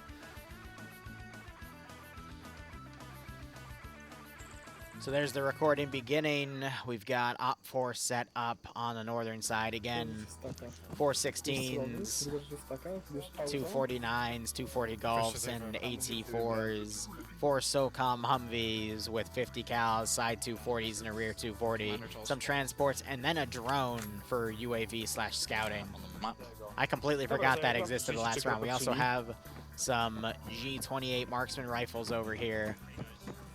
And that is pretty much the group. For that, we've got Curie commanding Alexander as his 2IZ, Blackovitz as his medic, Korvac leading Allen-1 with Zoni and Sam, Allen-2 as Riksu with Leziak and Ukrainiak. Why is there a... Drop back! Drop back! Come on, Jay. The hell? Okay. The drone has magically turned into an MRAP with a 50 cal. Weird. Anyway, Going back on the list here, Alan 2 being led by Rixu with Leziak and Kraniak. Nanard leading Ben 1 with Kevlar and Angel. If no main, what the heck is leading Ben 2 with Mika and Fa. Ilbanek leading Brewer and Ziki, and Cable 1, Cable 2 as TK Lama, William, and Makassar. Gerald with Kerfus and Kropa. On Dylan 1, Dylan 2 has Adri Sip, Gregory, Settler, and Malin together. Elsa has Nemesis, Cullis, Dream, and Iander, and then Fox has Oddball Killer, Jack, and Duidson. Looking at the Blue 4 side of things. Blue 4 again, you got G36s, HK417s, a mix of Maz's, Smaz, and Panzerfaust, or yeah, Panzerfaust. You got 4 transport Lucias with the MG3 mounted for front firing, and then some transport, I believe, Wolf cars on the side here. Looking at the group, we got Lolo leading with Son of a Creeper and Mats together. Anton 1 is being led by NASA with Demovar and Zixi. Anton 2 has Bluck leading Roy Camper, Depso, Majorcon, and Swola. Pierce leading Beatrix with Nuzzy, T, and Snodgebear. Beatrix 2 has Fonz with Azuki, Nolux, and Pupper. Dieter has Pogo leading Ezio, Kevin, and Cheeseburger. The second of Dieter has Nicholas leading Nick, Kilo, and Weeman. We've got Eric 1 has Messino with I'm Banana, Wolf, and Django, and then Franz has Wiggin, Crazy, and Woodbury. Blue 4, excuse me, Op 4, you have to remember, also have some sniper spotter teams with some ghillie suits, but it looks like they've all been shot dead. Okay. I don't know what happened. And at this point, I'm a little too scared to ask. This is a One Life PvP stream. So, describing the rules here. In the previous round, Lolo was able to score, I believe, 2 points. Someone can correct me there. And Curie was able to score 5. So the final score, it was either 2 or 3 to 5. So Op 4, in order to win, they need to secure both VIPs and then bring them to one of the capture zones to win. Blue 4 just need to hold the VIPs and prevent them from being captured. If they can do that, then it's a win on their side automatically. Now, do note, for the bet, we're only considering this round. We're not considering the overall winner of the night with it. So those point tallies are still valid. Now, looking over at our VIPs, so there's 2. There's 1 hiding in this barrel and 1 hiding in that barrel for prop hunt. Lolo had 2 and Curie had 5. Thank you for clarifying, Owl. So right off the bat, we got Blue 4 rushing up. A little bit of a tough angle there because there's another river for them to work with, but I believe the Fuchsias are amphibious. 2 had a bit of a false start with one of the Wolves, and Op 4 had a massive false start. And you see that vehicles are blitzing the sides, but Blue 4's charging right in. This is already looking to be Blue 4's game, since they've got a majority of their infantry already almost on top of the ambush position.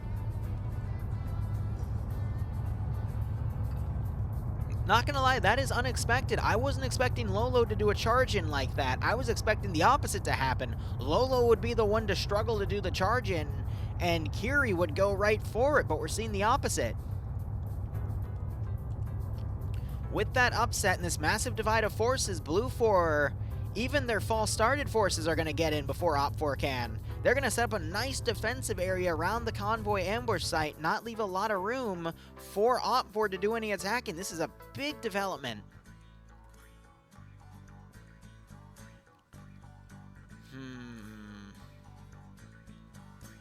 So we got Blue 4 now dismounting right on top of the convoy position.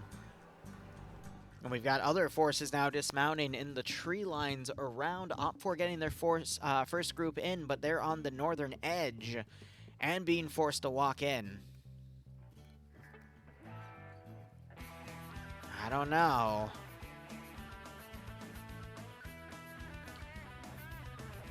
Yeah, seeing some Op 4 deploy all the way down here and then walking in through these little trees on the river actually wouldn't be a bad call either.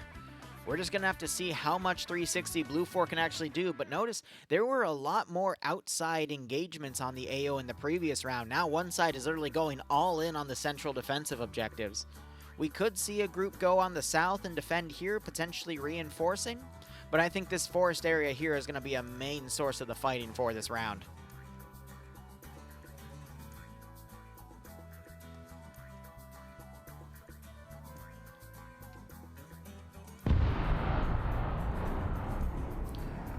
Right off the bat, Satchels are detonating some of the outer buildings here. This is to prevent a rush and a dismount to use those buildings as cover. Very interesting call by Twig King there, but that's to limit the amount of cover to stop any rush plays of Op4 after learning from what Pierce did. And I believe that was a suggestion possibly fed by Pierce, because Pierce is now on Blue 4, and he knows now how to deny that run. Interesting. You got some Op4 doing this wide flank over here. I think we're going to see infantry push along the southern side. Because if Blue 4 invests too much infantry in holding the forest out here, that does create a bit of a shortage of infantry to actually hold against a position that could put pressure on the objective itself. But I am worried about how spread out Op4 is. We don't really need this. We don't really need this either. Actually, no. This is decent because it can get them right on the river to start plinking from afar. So a small group doing that's fine. And I think it's just that 5-man team, so that's okay. A majority of the fighting in the tree line up here is okay, but they're going to get bottlenecked over here. So to take it, sure, and then come around and get into this area is also decent. But, you know, that far Overwatch, I guess they're just having that there for now to make sure nothing's coming around to flank it. But again, Blue 4 would just push right in, so that's a little pointless. And then these two groups taking these wide flanks around, I can only assume, again, they're going to push in from the south, but I guess they're separated out just in case one gets ambushed. Or both would get ambushed together, I don't know. But Blue 4 is literally just going to play on-point security for this, because everything starts with these two objectives. Hey, you probably have 2 minutes till they can be here with the 50 cal killing you, so figure it out. Love you. I'm trying to find this call. Ah, yes, Blue 4 giving orders to their men.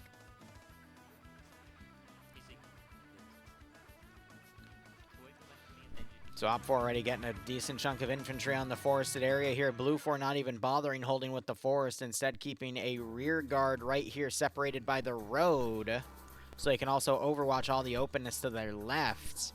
And then an overwatch element for that to also cover them in case they need to pull away.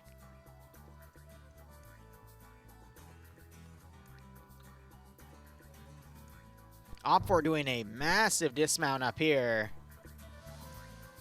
That is going to be at least a 15-minute walk.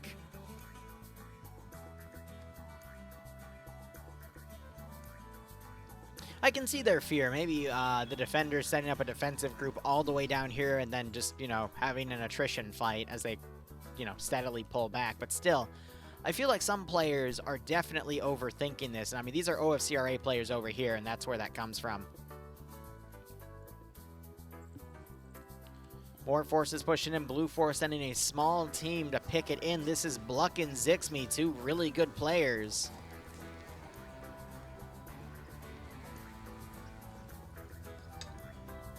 Can they score an early victory against FAWR? They're going prone because they hear vehicles coming. Yep, bearing west. They keep pushing with me, maybe. What scares me is them walking right in front of FAWR, and they're about to do just that.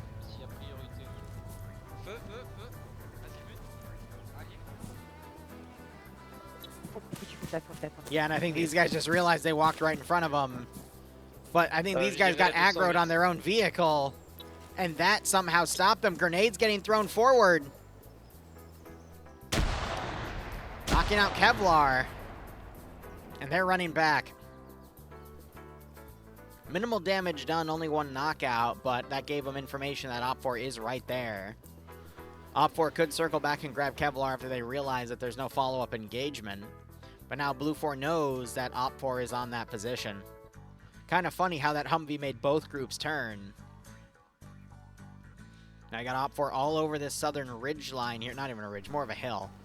They're definitely going to move up on foot, but it's going to take them 15-20 minutes to develop. But you got to remember, that first thing is cashed in at the 30-minute mark, which is the 33-minute mark here. So Op4 need to move from the south. You also have the similar little position that Pierce's group used, being used by only a 2-man crew. That is an M134 on a Humvee. That was not there last round. And you got this Overwatch group really far in the back. That could definitely draw fire, but it's only going to be useful if something else comes in with it. So if these infantry was like right here and then that minigun opened up, that would make more sense, but not really much for that to do. I'm worried also the Op 4 infantry here are just going to get pinned by Blue 4 in that area here. Nice, Charlotte. Repeat, can we open fire? Blue 4 is asking for permission to open fire because I think they have eyes on the infantry out there. Potete fare fuoco.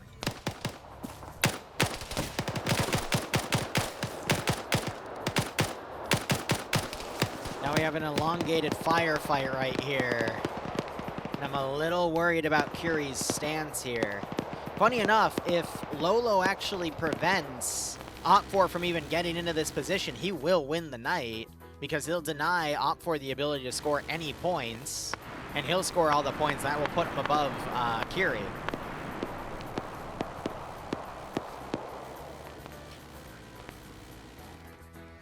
So if he wins this round utterly... And yeah, I guess the drone got replaced with an M134 minigun, SOCOM Vic. But Blue 4 are actively fortifying the defensive area. Interesting.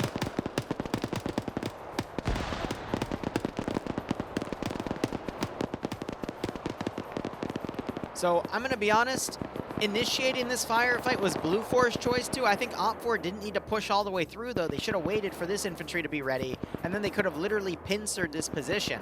So what I'm worried about is these elements getting pretty well knocked out, leaving enough people on reserve to then turn around and deal with that that group down there, and Op 4 not having really any way to get onto the actual objective.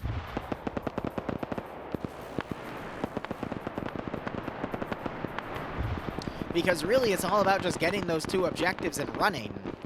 And that area itself only has about a third of the player base immediately nearby. So there's not much that can be done. Ukrainiak disconnects, so I assume he was killed off.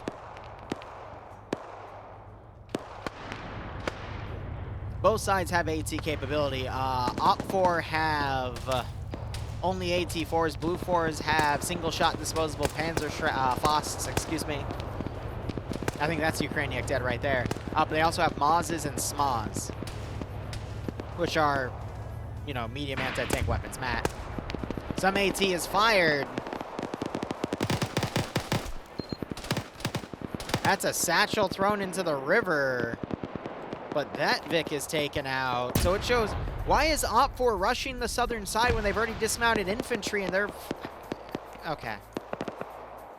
So that gives away to Blue 4 that Op 4 is thinking about coming in through the south. So Blue 4 is going to now keep forces south to pin those lines. Yes, they're pulling away right now. But why did we have a... I feel like that alone has screwed up Op 4's chances of winning. Because Blue 4 didn't know to really hold the southern side. Have fun, what's that?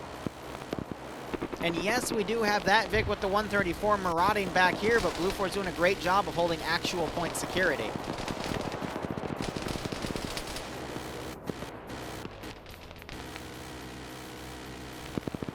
We have another Op 4 group that's come around all the way over here. I think that's the group that was on Overwatch up here, but again, there's not really a point unless they're going to bounce in through here, but they could fall into the same mistake and get utterly annihilated like last time. So repeating that action is really silly. Also, I might have just bonked the mic there. I apologize.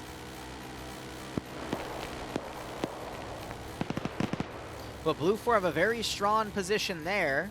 Hydrate. And they don't have a lot of room to move in. I think they're realizing that. You're seeing that some Op 4 are pulling away. So they're not going to be able to push in through that side. So they're going to have to try something else. But again, it really feels like Op 4 is only trickling in from certain positions and whatnot. And that's giving Blue 4 time to just turn and engage whatever comes at them and then reposition themselves as needed. So you got this team that's going to push in. With their timing, they could unite with that front and push from the south. But by then, you have a lot of Op4 pulling away to reinforce that southern push, so Blue 4 might be able to turn everything around and push that off as well. All while, funny enough, Op4 is taking more attrition damage than Blue 4. Blue 4 have been taking a single KIA right now. Op4 have been taking... We got... Well, Banner just died. Kevlar's still unconscious, but he's been uncon the entire... Actually, no, he woke back up and got a kill, but he's been knocked out again. We got 2 more KIAs there, 2 more KIAs and a knockout there, and Jack who's shown up.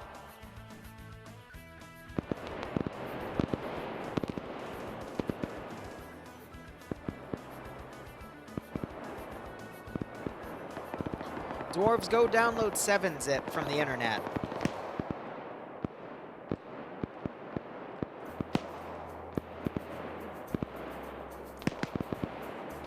I'll call you when this ends and I will literally walk you through it. Or you know what, there's an even easier way for us to do it. Never mind. But I'll still call you. AT goes out, and the vehicle that these guys were using to come around is taken out. Literally, last round, it happened in here as they were trying to rush around. Blue 4 did it again. And have taken out a flanking vehicle that was trying to sneak in.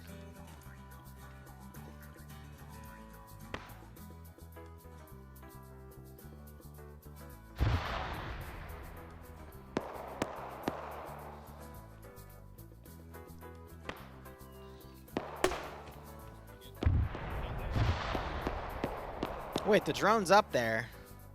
So Op4 have the drone and an extra 134 Vic, and it's still not enough. So even when Op4 has more advantages, they still can't seem to push in.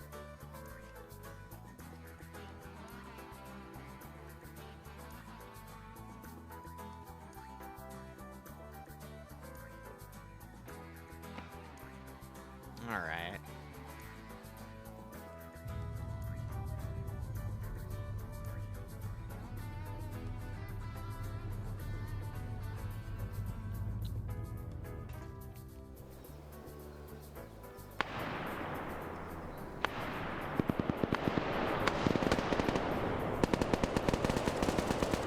Yep, so Blue 4 have just turned their vehicles over. They're now firing at that element right there. We got another SOCOM Vic coming up, but will Blue 4 notice?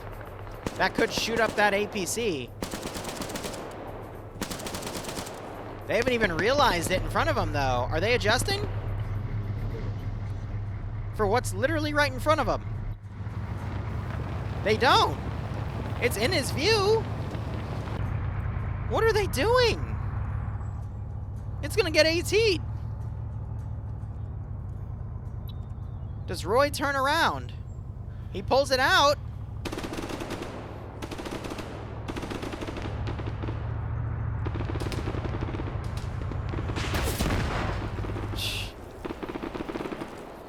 What?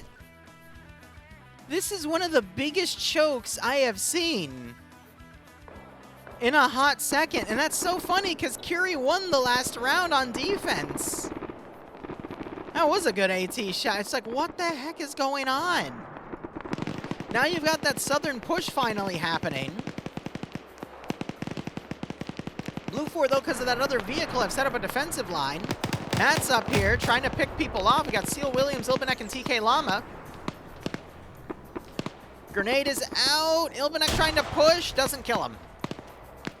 He's trying to push Matt.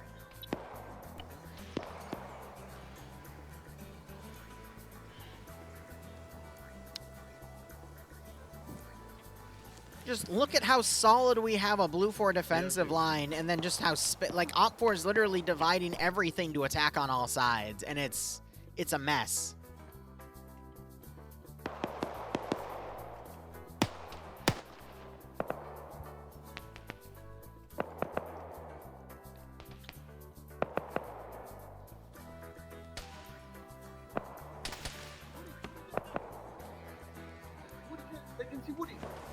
Get away! So that's that marksman team shooting at them. These guys are going low and complaining about it, but they're pinned on the objective. More AT comes in. I think it was an attempt to hit that APC, but it was overranged. Walimy do nich, czy nie? No chuj, przecież zaraz to rozjebiemy. Ale strasznie szkoda, że ich wcześniej rozgrałem. Yeah, so they're talking about that shot. APC is now pulling out of that position, though, realizing they're potentially overextended. They're just going to fold into friendly lines and reestablish a defensive position. So a minor win for Op4 is advancing there. But again, there are no KIAs on Blue 4, and Op4 have almost doubled their KIA count. KIA killed in action, basically, since this is a one-life PvP round, who is dead and who is alive.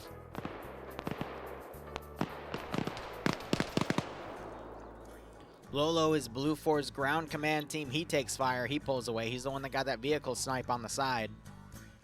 Blunt Trap, thanks for a 16-month resub, broski. 16 months of watching Liru messing with the player base. Matt gets knocked as they try to load up in the vehicle. You got that 134 minigun firing again, but the rounds are heading short. I have no idea if Kira's dead. I'm not even sure if Kira was on tonight.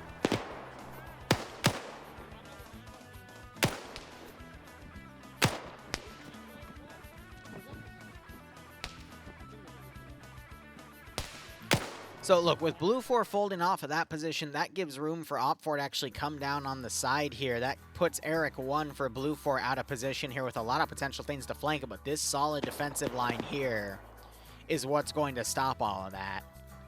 A little bit of opening on the river to actually work with, but that's really it. But maybe hard hitters like Ziki will be able to bounce this back. Hard to say.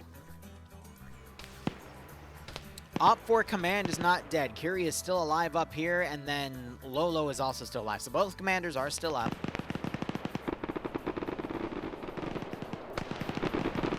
Now you're starting to see the previous position getting engaged by Blue 4. They have a lot of guns in fortified positions to actually look up and engage it. And you've got Kevlar getting knocked out immediately again. Rixu's cut down. Kevlar's quickly double tapped. Just that sheer volume of fire is utterly decimating the Op4 element to come in. And if that Op4 element is not careful, they will get completely wiped. But Op4, I think, is just too spread out to really do anything. The only hope of unified assault, I think, is going to come from the southern side as we have some groups all forming up. Caleb is together. Dylan might also. I think we're already seeing infantry coming around to adjust with that. Again, if they can sneak on their side of the river in, there's not a lot of forces that they're going to directly fight with, but indirectly, a lot of forces can come in and immediately attack them.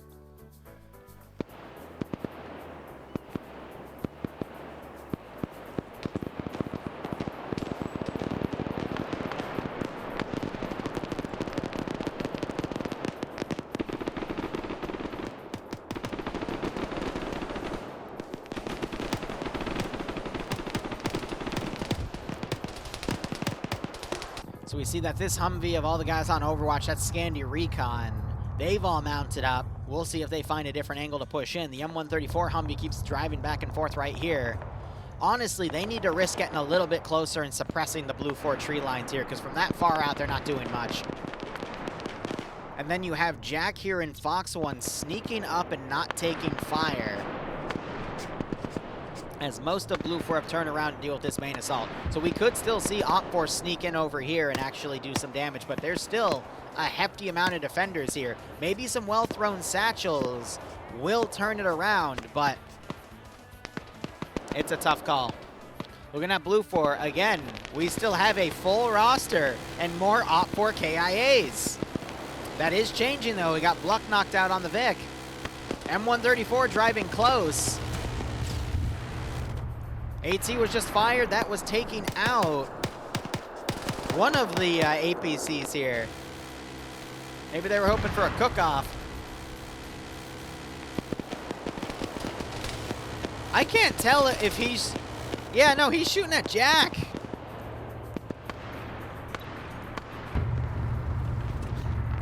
Here, buddy, we'll motivate you to push in by shooting at you. A few well-placed grenades and Jack could turn this around. The question is, can Jack channel his inner Audrey Hotto? You knew I wasn't going to let him slide with this. and secure the victory for Op4. Can he do it? Can he do it? Depso gets shot dead. Well, he's uncon. He could wake back up. That was a beautiful shot. Beautiful shot. With double tap. Oh, don't back up too much! What are you doing? Oh! Why would you go in the middle of the road? Oh, sir. He at least dealt one of the first Blue 4 KIAs, though, and now we're starting to see Blue 4 skulls. Yeah, Gunner, you're dead. Okay, never mind. Curie sneaking in. No Blue 4 players are actually covering the river. Misono calls bullshit. Literally runs right onto Curie. Wait a minute. He says hello and immediately kills him. So Op4 now have their ground command dead. So it is now officially fend for yourself. How's Ilbanek doing? Oh, he's bleeding, but he's on 2 kills. Ziki on a kill. Seal has that vehicle kill.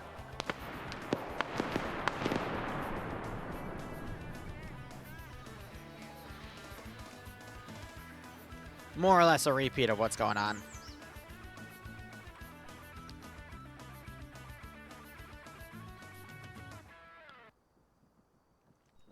Yeah, so it's the attacking ground command that's dead this time, not the defensive one. Lolo, meanwhile, still in the center.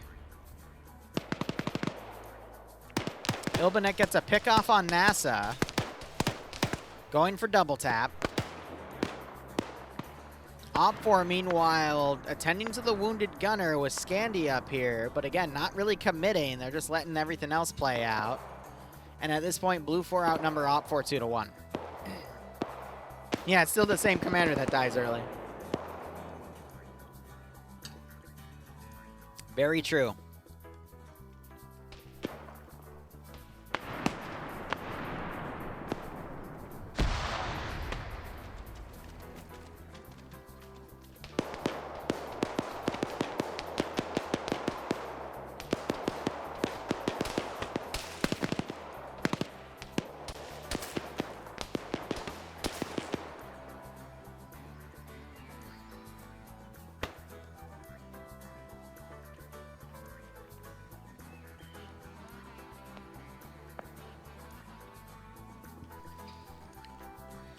Ah, 3 minutes Blue 4 has this point-wise, because they're going to secure the points for preventing Op4 from taking any of the VIPs.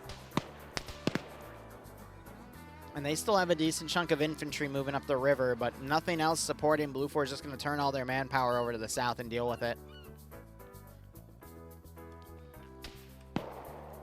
Op4 push, they just didn't push unified. If they're going to do an attack from all sides, they need to attack from all sides to overwhelm the defense. Instead, they let all the groups that were on the outside of this area fold in and draw the attack out. The northern attack ceased, then the eastern attack ceased, the western attack ceased, and now the southern attack is the only thing that's left. And Blue 4 have all been drawn in at this point. You got Ilbanek still pushing.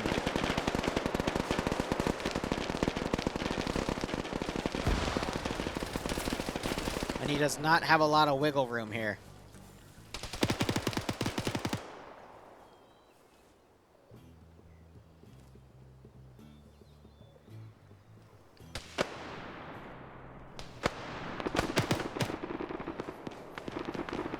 Got some Op4 players across the way, but again, they're just not really committed into here. You got Blue 4 shooting up at some dead space. Maybe they think there's some additional Op4 players coming up.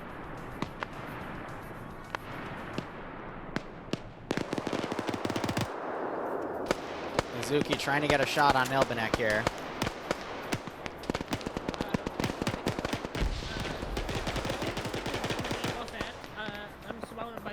American.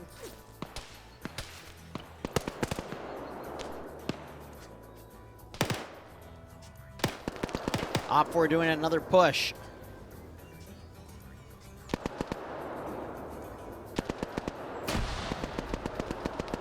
Is that a dismount? That is a dismount. Got a little bit of suppression from across the river. That's pulling some Blue 4 attention. Smoke on the southern side. Some Op4 infantry are pushing.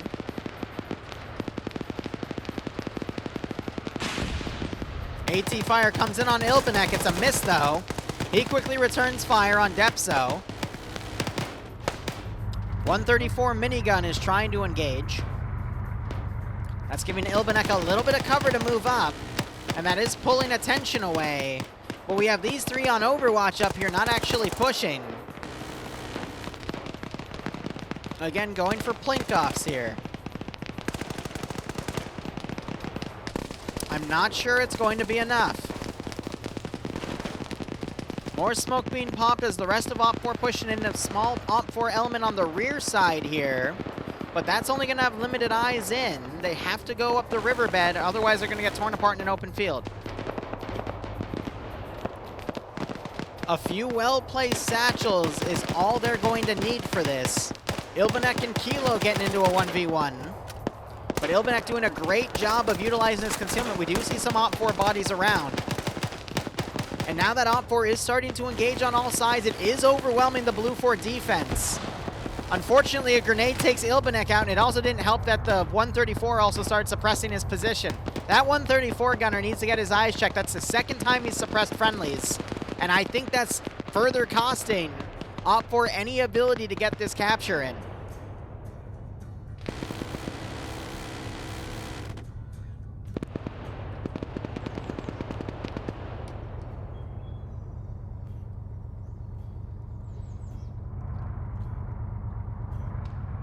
So Blue 4 definitely taking some pretty hefty casualties now, but Op4's numbers are very limited.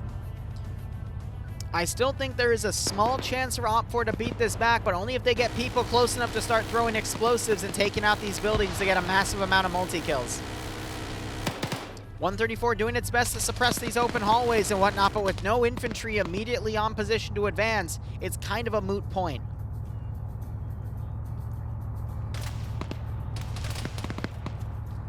I appreciate the marksmanship fire. You can see that Blue 4 is definitely playing much more defensively. Now, the 134 might be out of ammo, so they're switching to the 240 Bravo to keep up that 7.62 fire.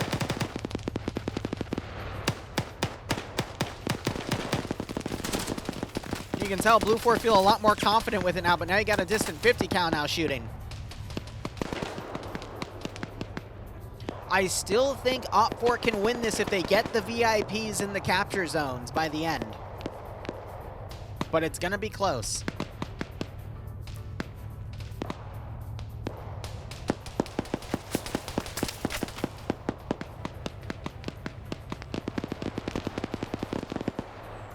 And with that, that's another interesting thing. The ground commander died trying to push in, so this is all just happening naturally. Because all the forces that are still up are now in positions where they're remnant at this point, but they're pushing on that final objective. So anywhere Blue 4 looks, there's more than likely going to be a hostile. So at this point, this is just the raw PvP skill of the group. We got Sam on 2 kills over there. Ziki on 1. But yeah, Blue 4 command is still alive and more than likely trying to put orders in from the command building here.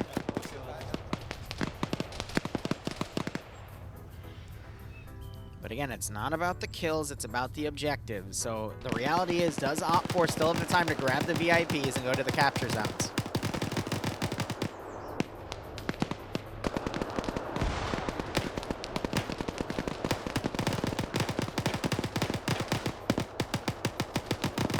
We got fire going back and forth.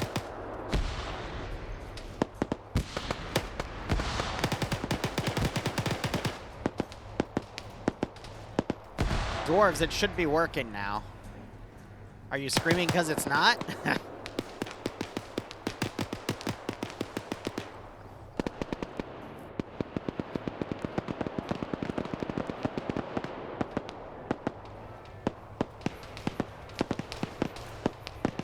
Okay.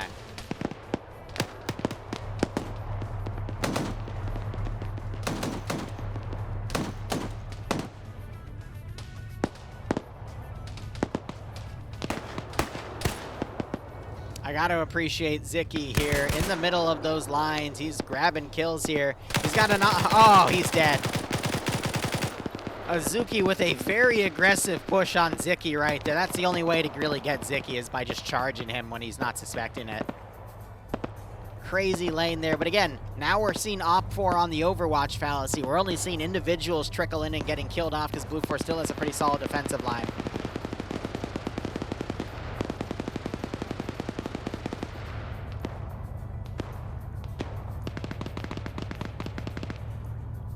And it's just going to be a slow struggle till the end at this rate, because Op4's not going to have enough time to push stuff.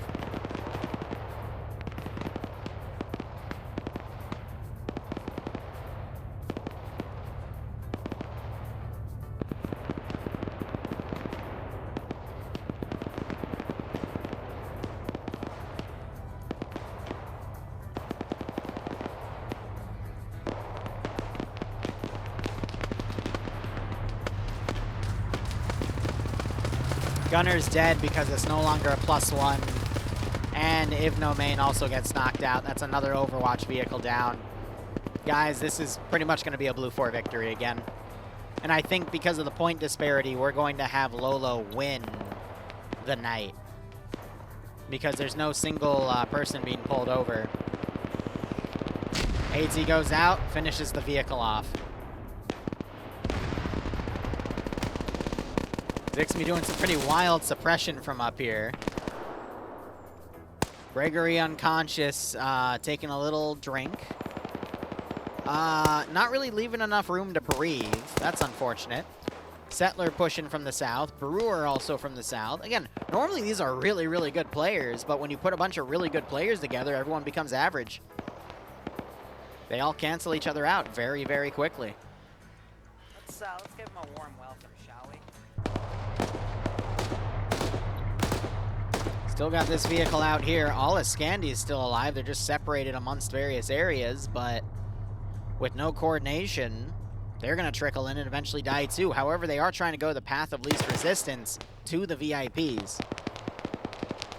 And they're trying their best in that sense. But I don't think it's going to be enough. Settler gets knocked out by Major Khan, and the southern attack has pretty much ceased. There's one more guy on the east, 2 more guys to the north, and 5 guys to the west. Meanwhile, Blue 4 has 1, 2, 3, 4, 5, 6, 7, 8, 9, 10, 11, 12, 13, 14, 15, 16, 17, 18, 19, 20 players remaining. So it's over 2-1 at this point.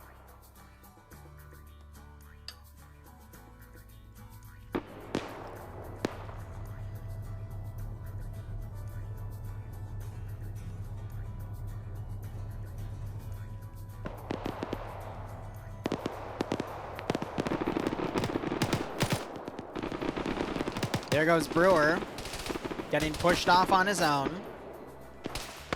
Creeper, I thought, was going to push his position. No, he is double tapped from the flank. That was by Nuzzy.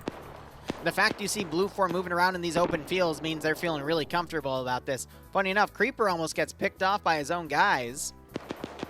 And that is really interesting. I didn't think we'd see this feature, but you can deploy camo netting on the vehicle and turn it into a bit of a bunker with that MG3. That's exactly what we see set up right there. So Op4's only hope at this point is to break in on this spot to secure these 2 oil drums. I'm hearing fire going out, though. When you got 2 more on the north starting to come around, they could try to stay along the coast and come in, but again, at this point, I think it's over. Allen gets GL'd by Crazy.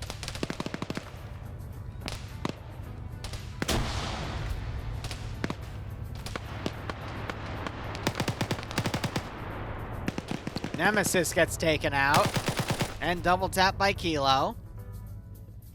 It's GG. It is absolutely GG here.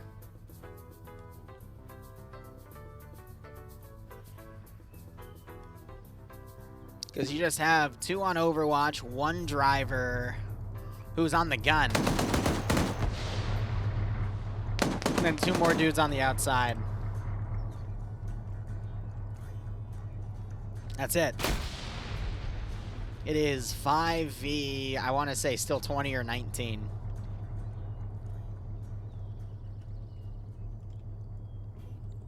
And I doubt we'll see the tiebreaker.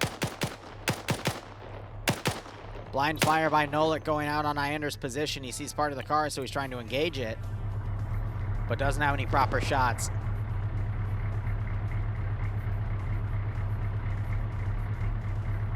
And I agree. I think this mission was a bit roughly built because there's not a lot of good ways for the attackers to attack this spot. And the mission kind of falls or dies with, you know, the ambush convoy. If you can't get to this spot, then the rest of the mission can't happen. So if the defenders just hold it, then it's held. Oh. I think someone already spotted him. Direction 40, I saw enemy infantry walking southeast across the open field. Quite far. Can't tell if they called these guys out or what. Yeah. But Leziak and Alexander realize they need to make a move, so they're coming on down here, passing where their ground commander died.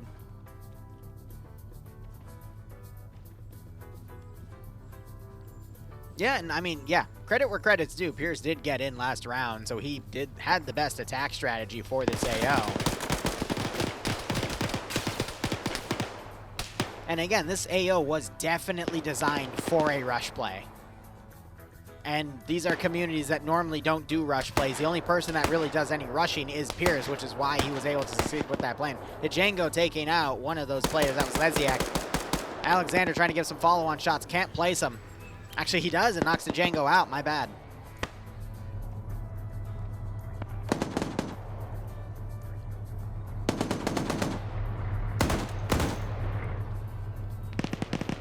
Shots going out, knocking Depso out. And Masano comes in and kills Alexander. 3 players remaining.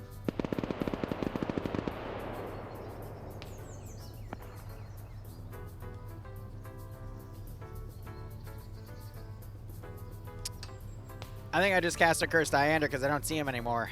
2 players remaining.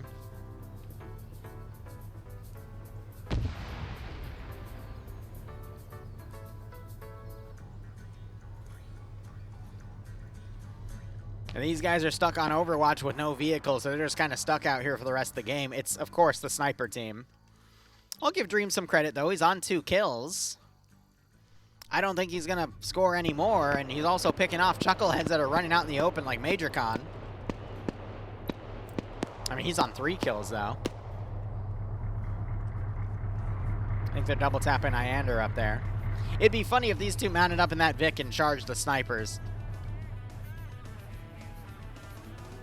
8 days of matches, so every Tuesday for the next few months, we're going to be doing something at 3 p.m. on Tuesday, so it'll end in March. We'll see how the follow-on rounds are.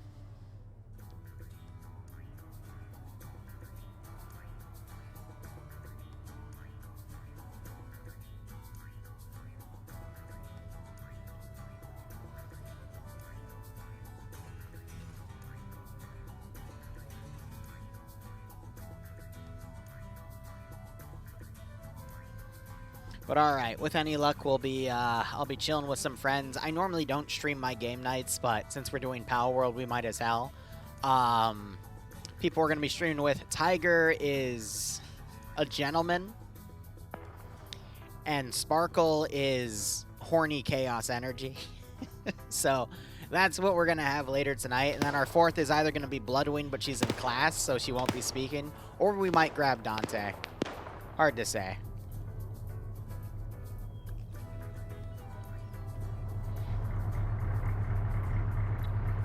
Zixme on 5 kills with that machine gun. Did Azuki get sniped? Lolo also got sniped off. So the other ground commander is killed. And I saw Azuki up there. Okay, no, Azuki's still alive. They pulled back.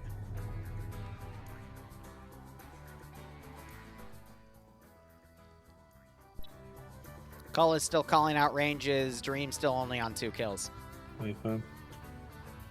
Shit. Yeah, they're driving straight towards us. It's our vehicle from the water. They're moving.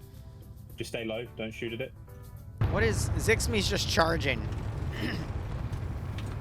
The funny thing is, Zixmi's going to give him a vehicle, but Zixmi's also on 5 kills, so I think Zixmi's just going to go in there and shoot the shit out of anyone. Dream, take the shot! Alright, fucking light up.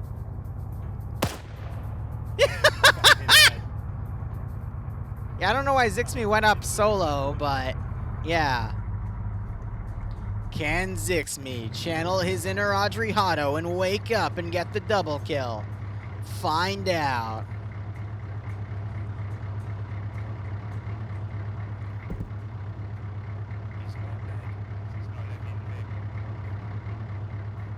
Yeah, the issue is the windows are bulletproof, so you're gonna have to pull the body out. You might be able to get him through the seat, but he's not invisible, he's hunched over.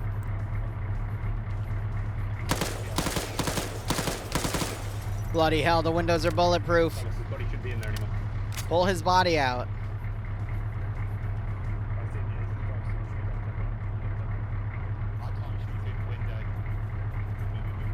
I swear to God, if Zixmi wakes up and kills them both. Guys, Ace interact, pull the body out, unload patient. That's what the option's called. Ace interact. Ace interacts.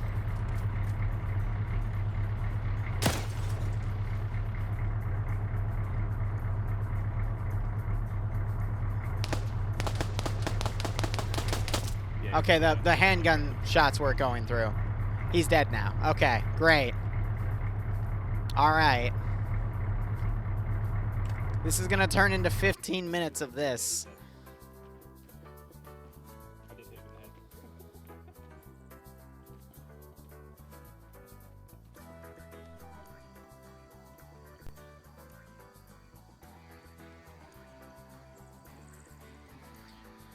Oh.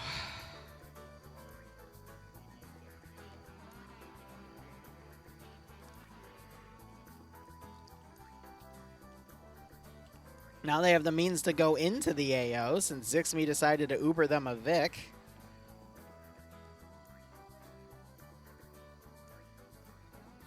Looks like Cullis is exploring his new trophy.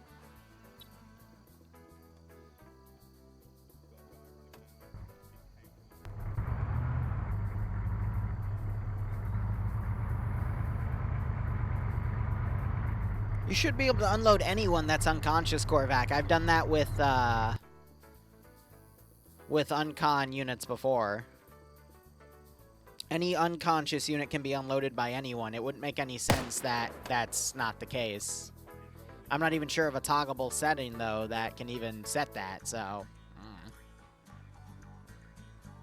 If Dream pulls this off, I'm gonna sub to him. That is cruel, because I can guarantee you right now he won't. Oh god, they're bringing up another vehicle. Here's the thing. He can get a few kills with this. Don't get me wrong. Get in the car, get in the car. Get in the 50 cal and murder it. I'll gun it. Just get in the gun and you don't even have to stop, just shoot it.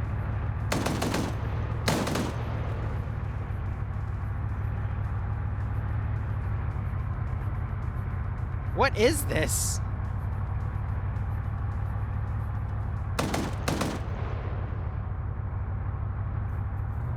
No, now you're being baited.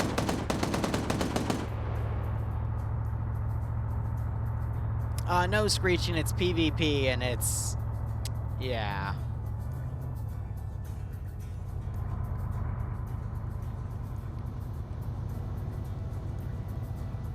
This is... I think they know they're being baited. They're still going for it. It's wacky races.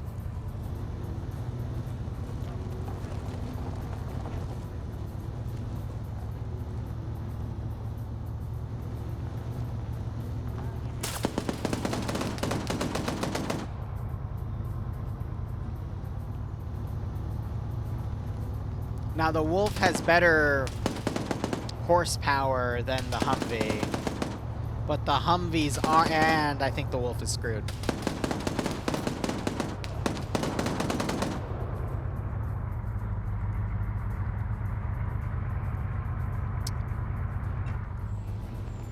What is this? What is this?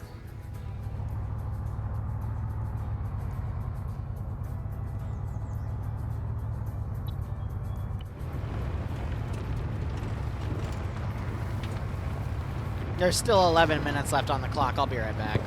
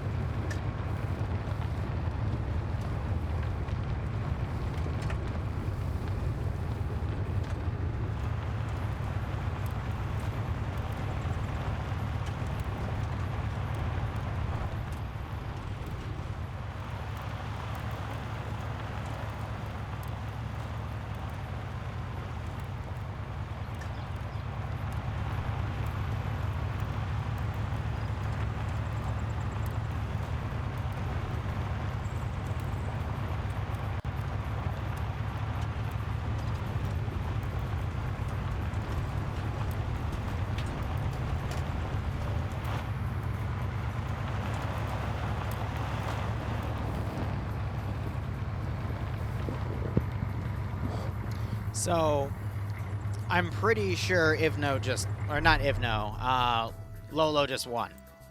Not just the round, but the entire day, because the second batch of objectives were cashed in.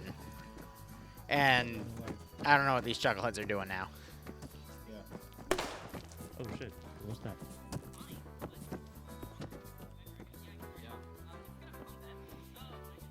They're walking. Yeah, I think he just doesn't have enough blood. He's lost a lot of it.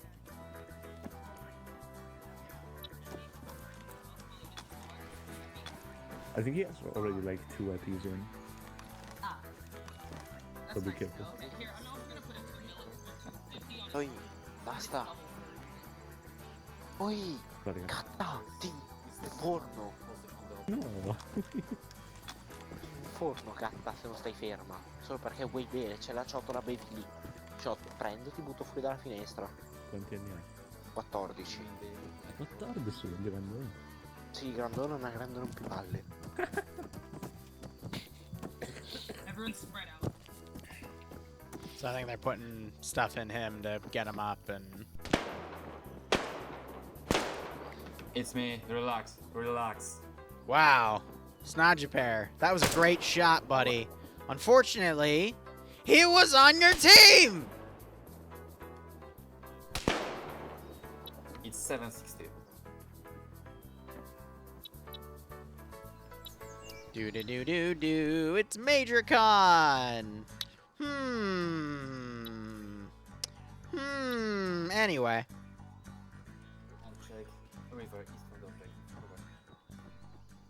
I think Snodgepair realizes that, hey, Op4's not doing anything. He might as hell do Op4's job.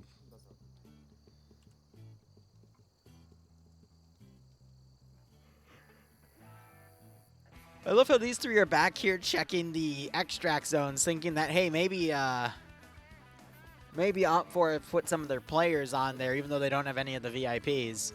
No, he wasn't still alive killing out. I'm just having fun.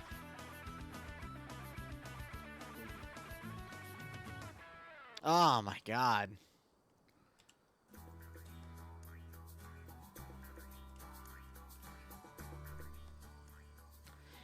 If we had another few minutes, I'd run upstairs and make some coffee, because this...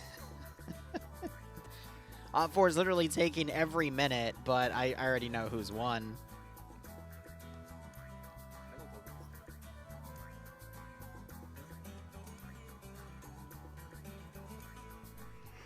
Oy, oy, oy. Another hydrate. This will be the last hydrate. I'm out of water. Yeah, Blue 4 is certainly effing around. And even if Op4 get the VIPs, there's no time for them to cash it in. So the score was 5-2. 5 to Carry, 2 for Lolo. But I don't think Carry scored any points this round. I think that, yeah, they've dismounted because of the engine. But at the same time, this is just dead air at this point. Wow.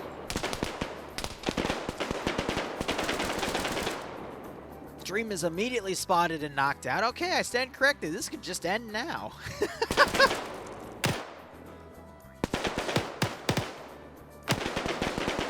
And yes, I would assume too, what's that?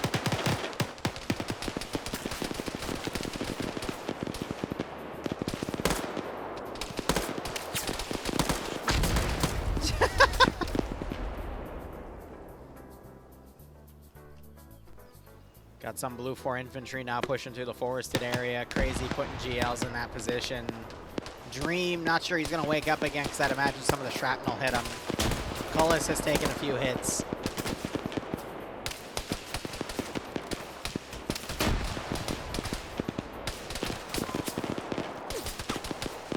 Blue 4 aren't even going to push.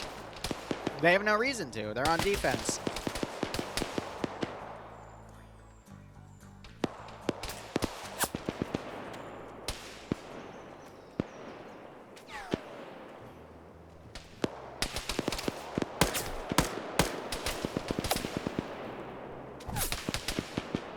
That's like the 4th or 5th hit Cullis has taken.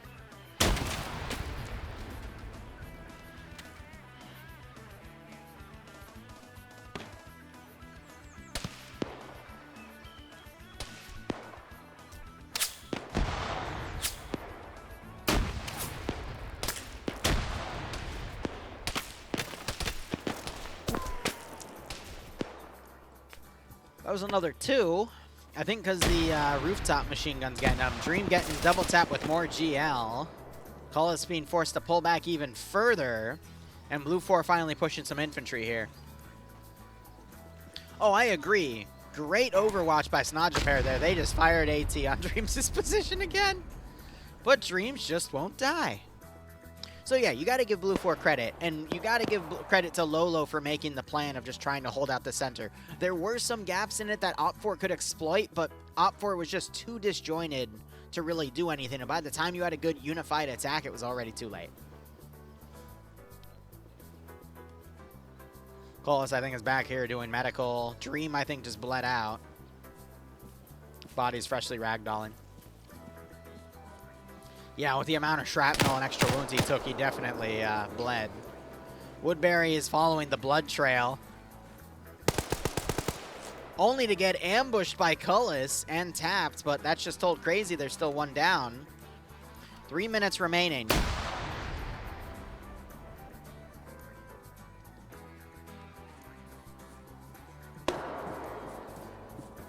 I think Crazy put a GL out, but it was either minimum det distance or it landed in the water or something. It's smoke now. And Crazy gets taken out, but Cullis is knocked out. Not sure if that was by T or what. Southeast. He just put a smoke up. I killed him before he did it. Yeah, so T got that hit. But Cullis wakes back up.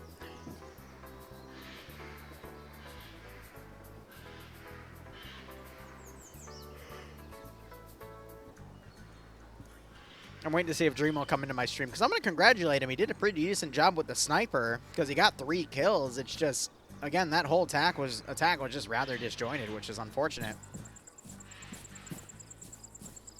Cullis does the final shot there. Doesn't kill him, but at least executes a double tap shot.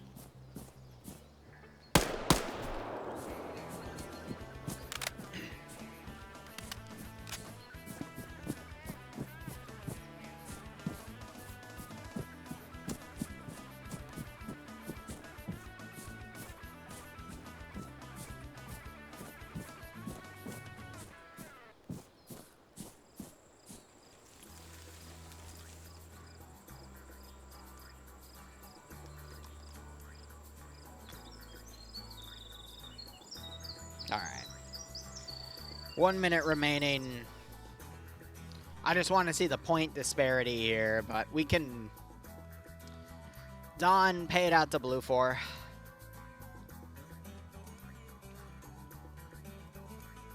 And guys, we'll be back. I don't think there's going to be a tiebreaker round, but we'll be back in like 30 minutes to an hour for some Pal World stuff. I'm thinking of giving the opportunity to let you guys, if you give me 10 bucks, you can name one of the pals at base or in my inventory. And I'm really worried about doing that because I don't want to break... I don't want to get Twitch banned. So that'll be the only rule, as long as it doesn't get me Twitch banned.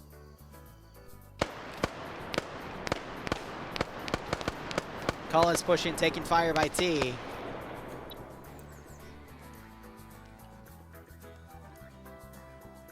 That's a big splash. All for a V40, but that's a smaller grenade.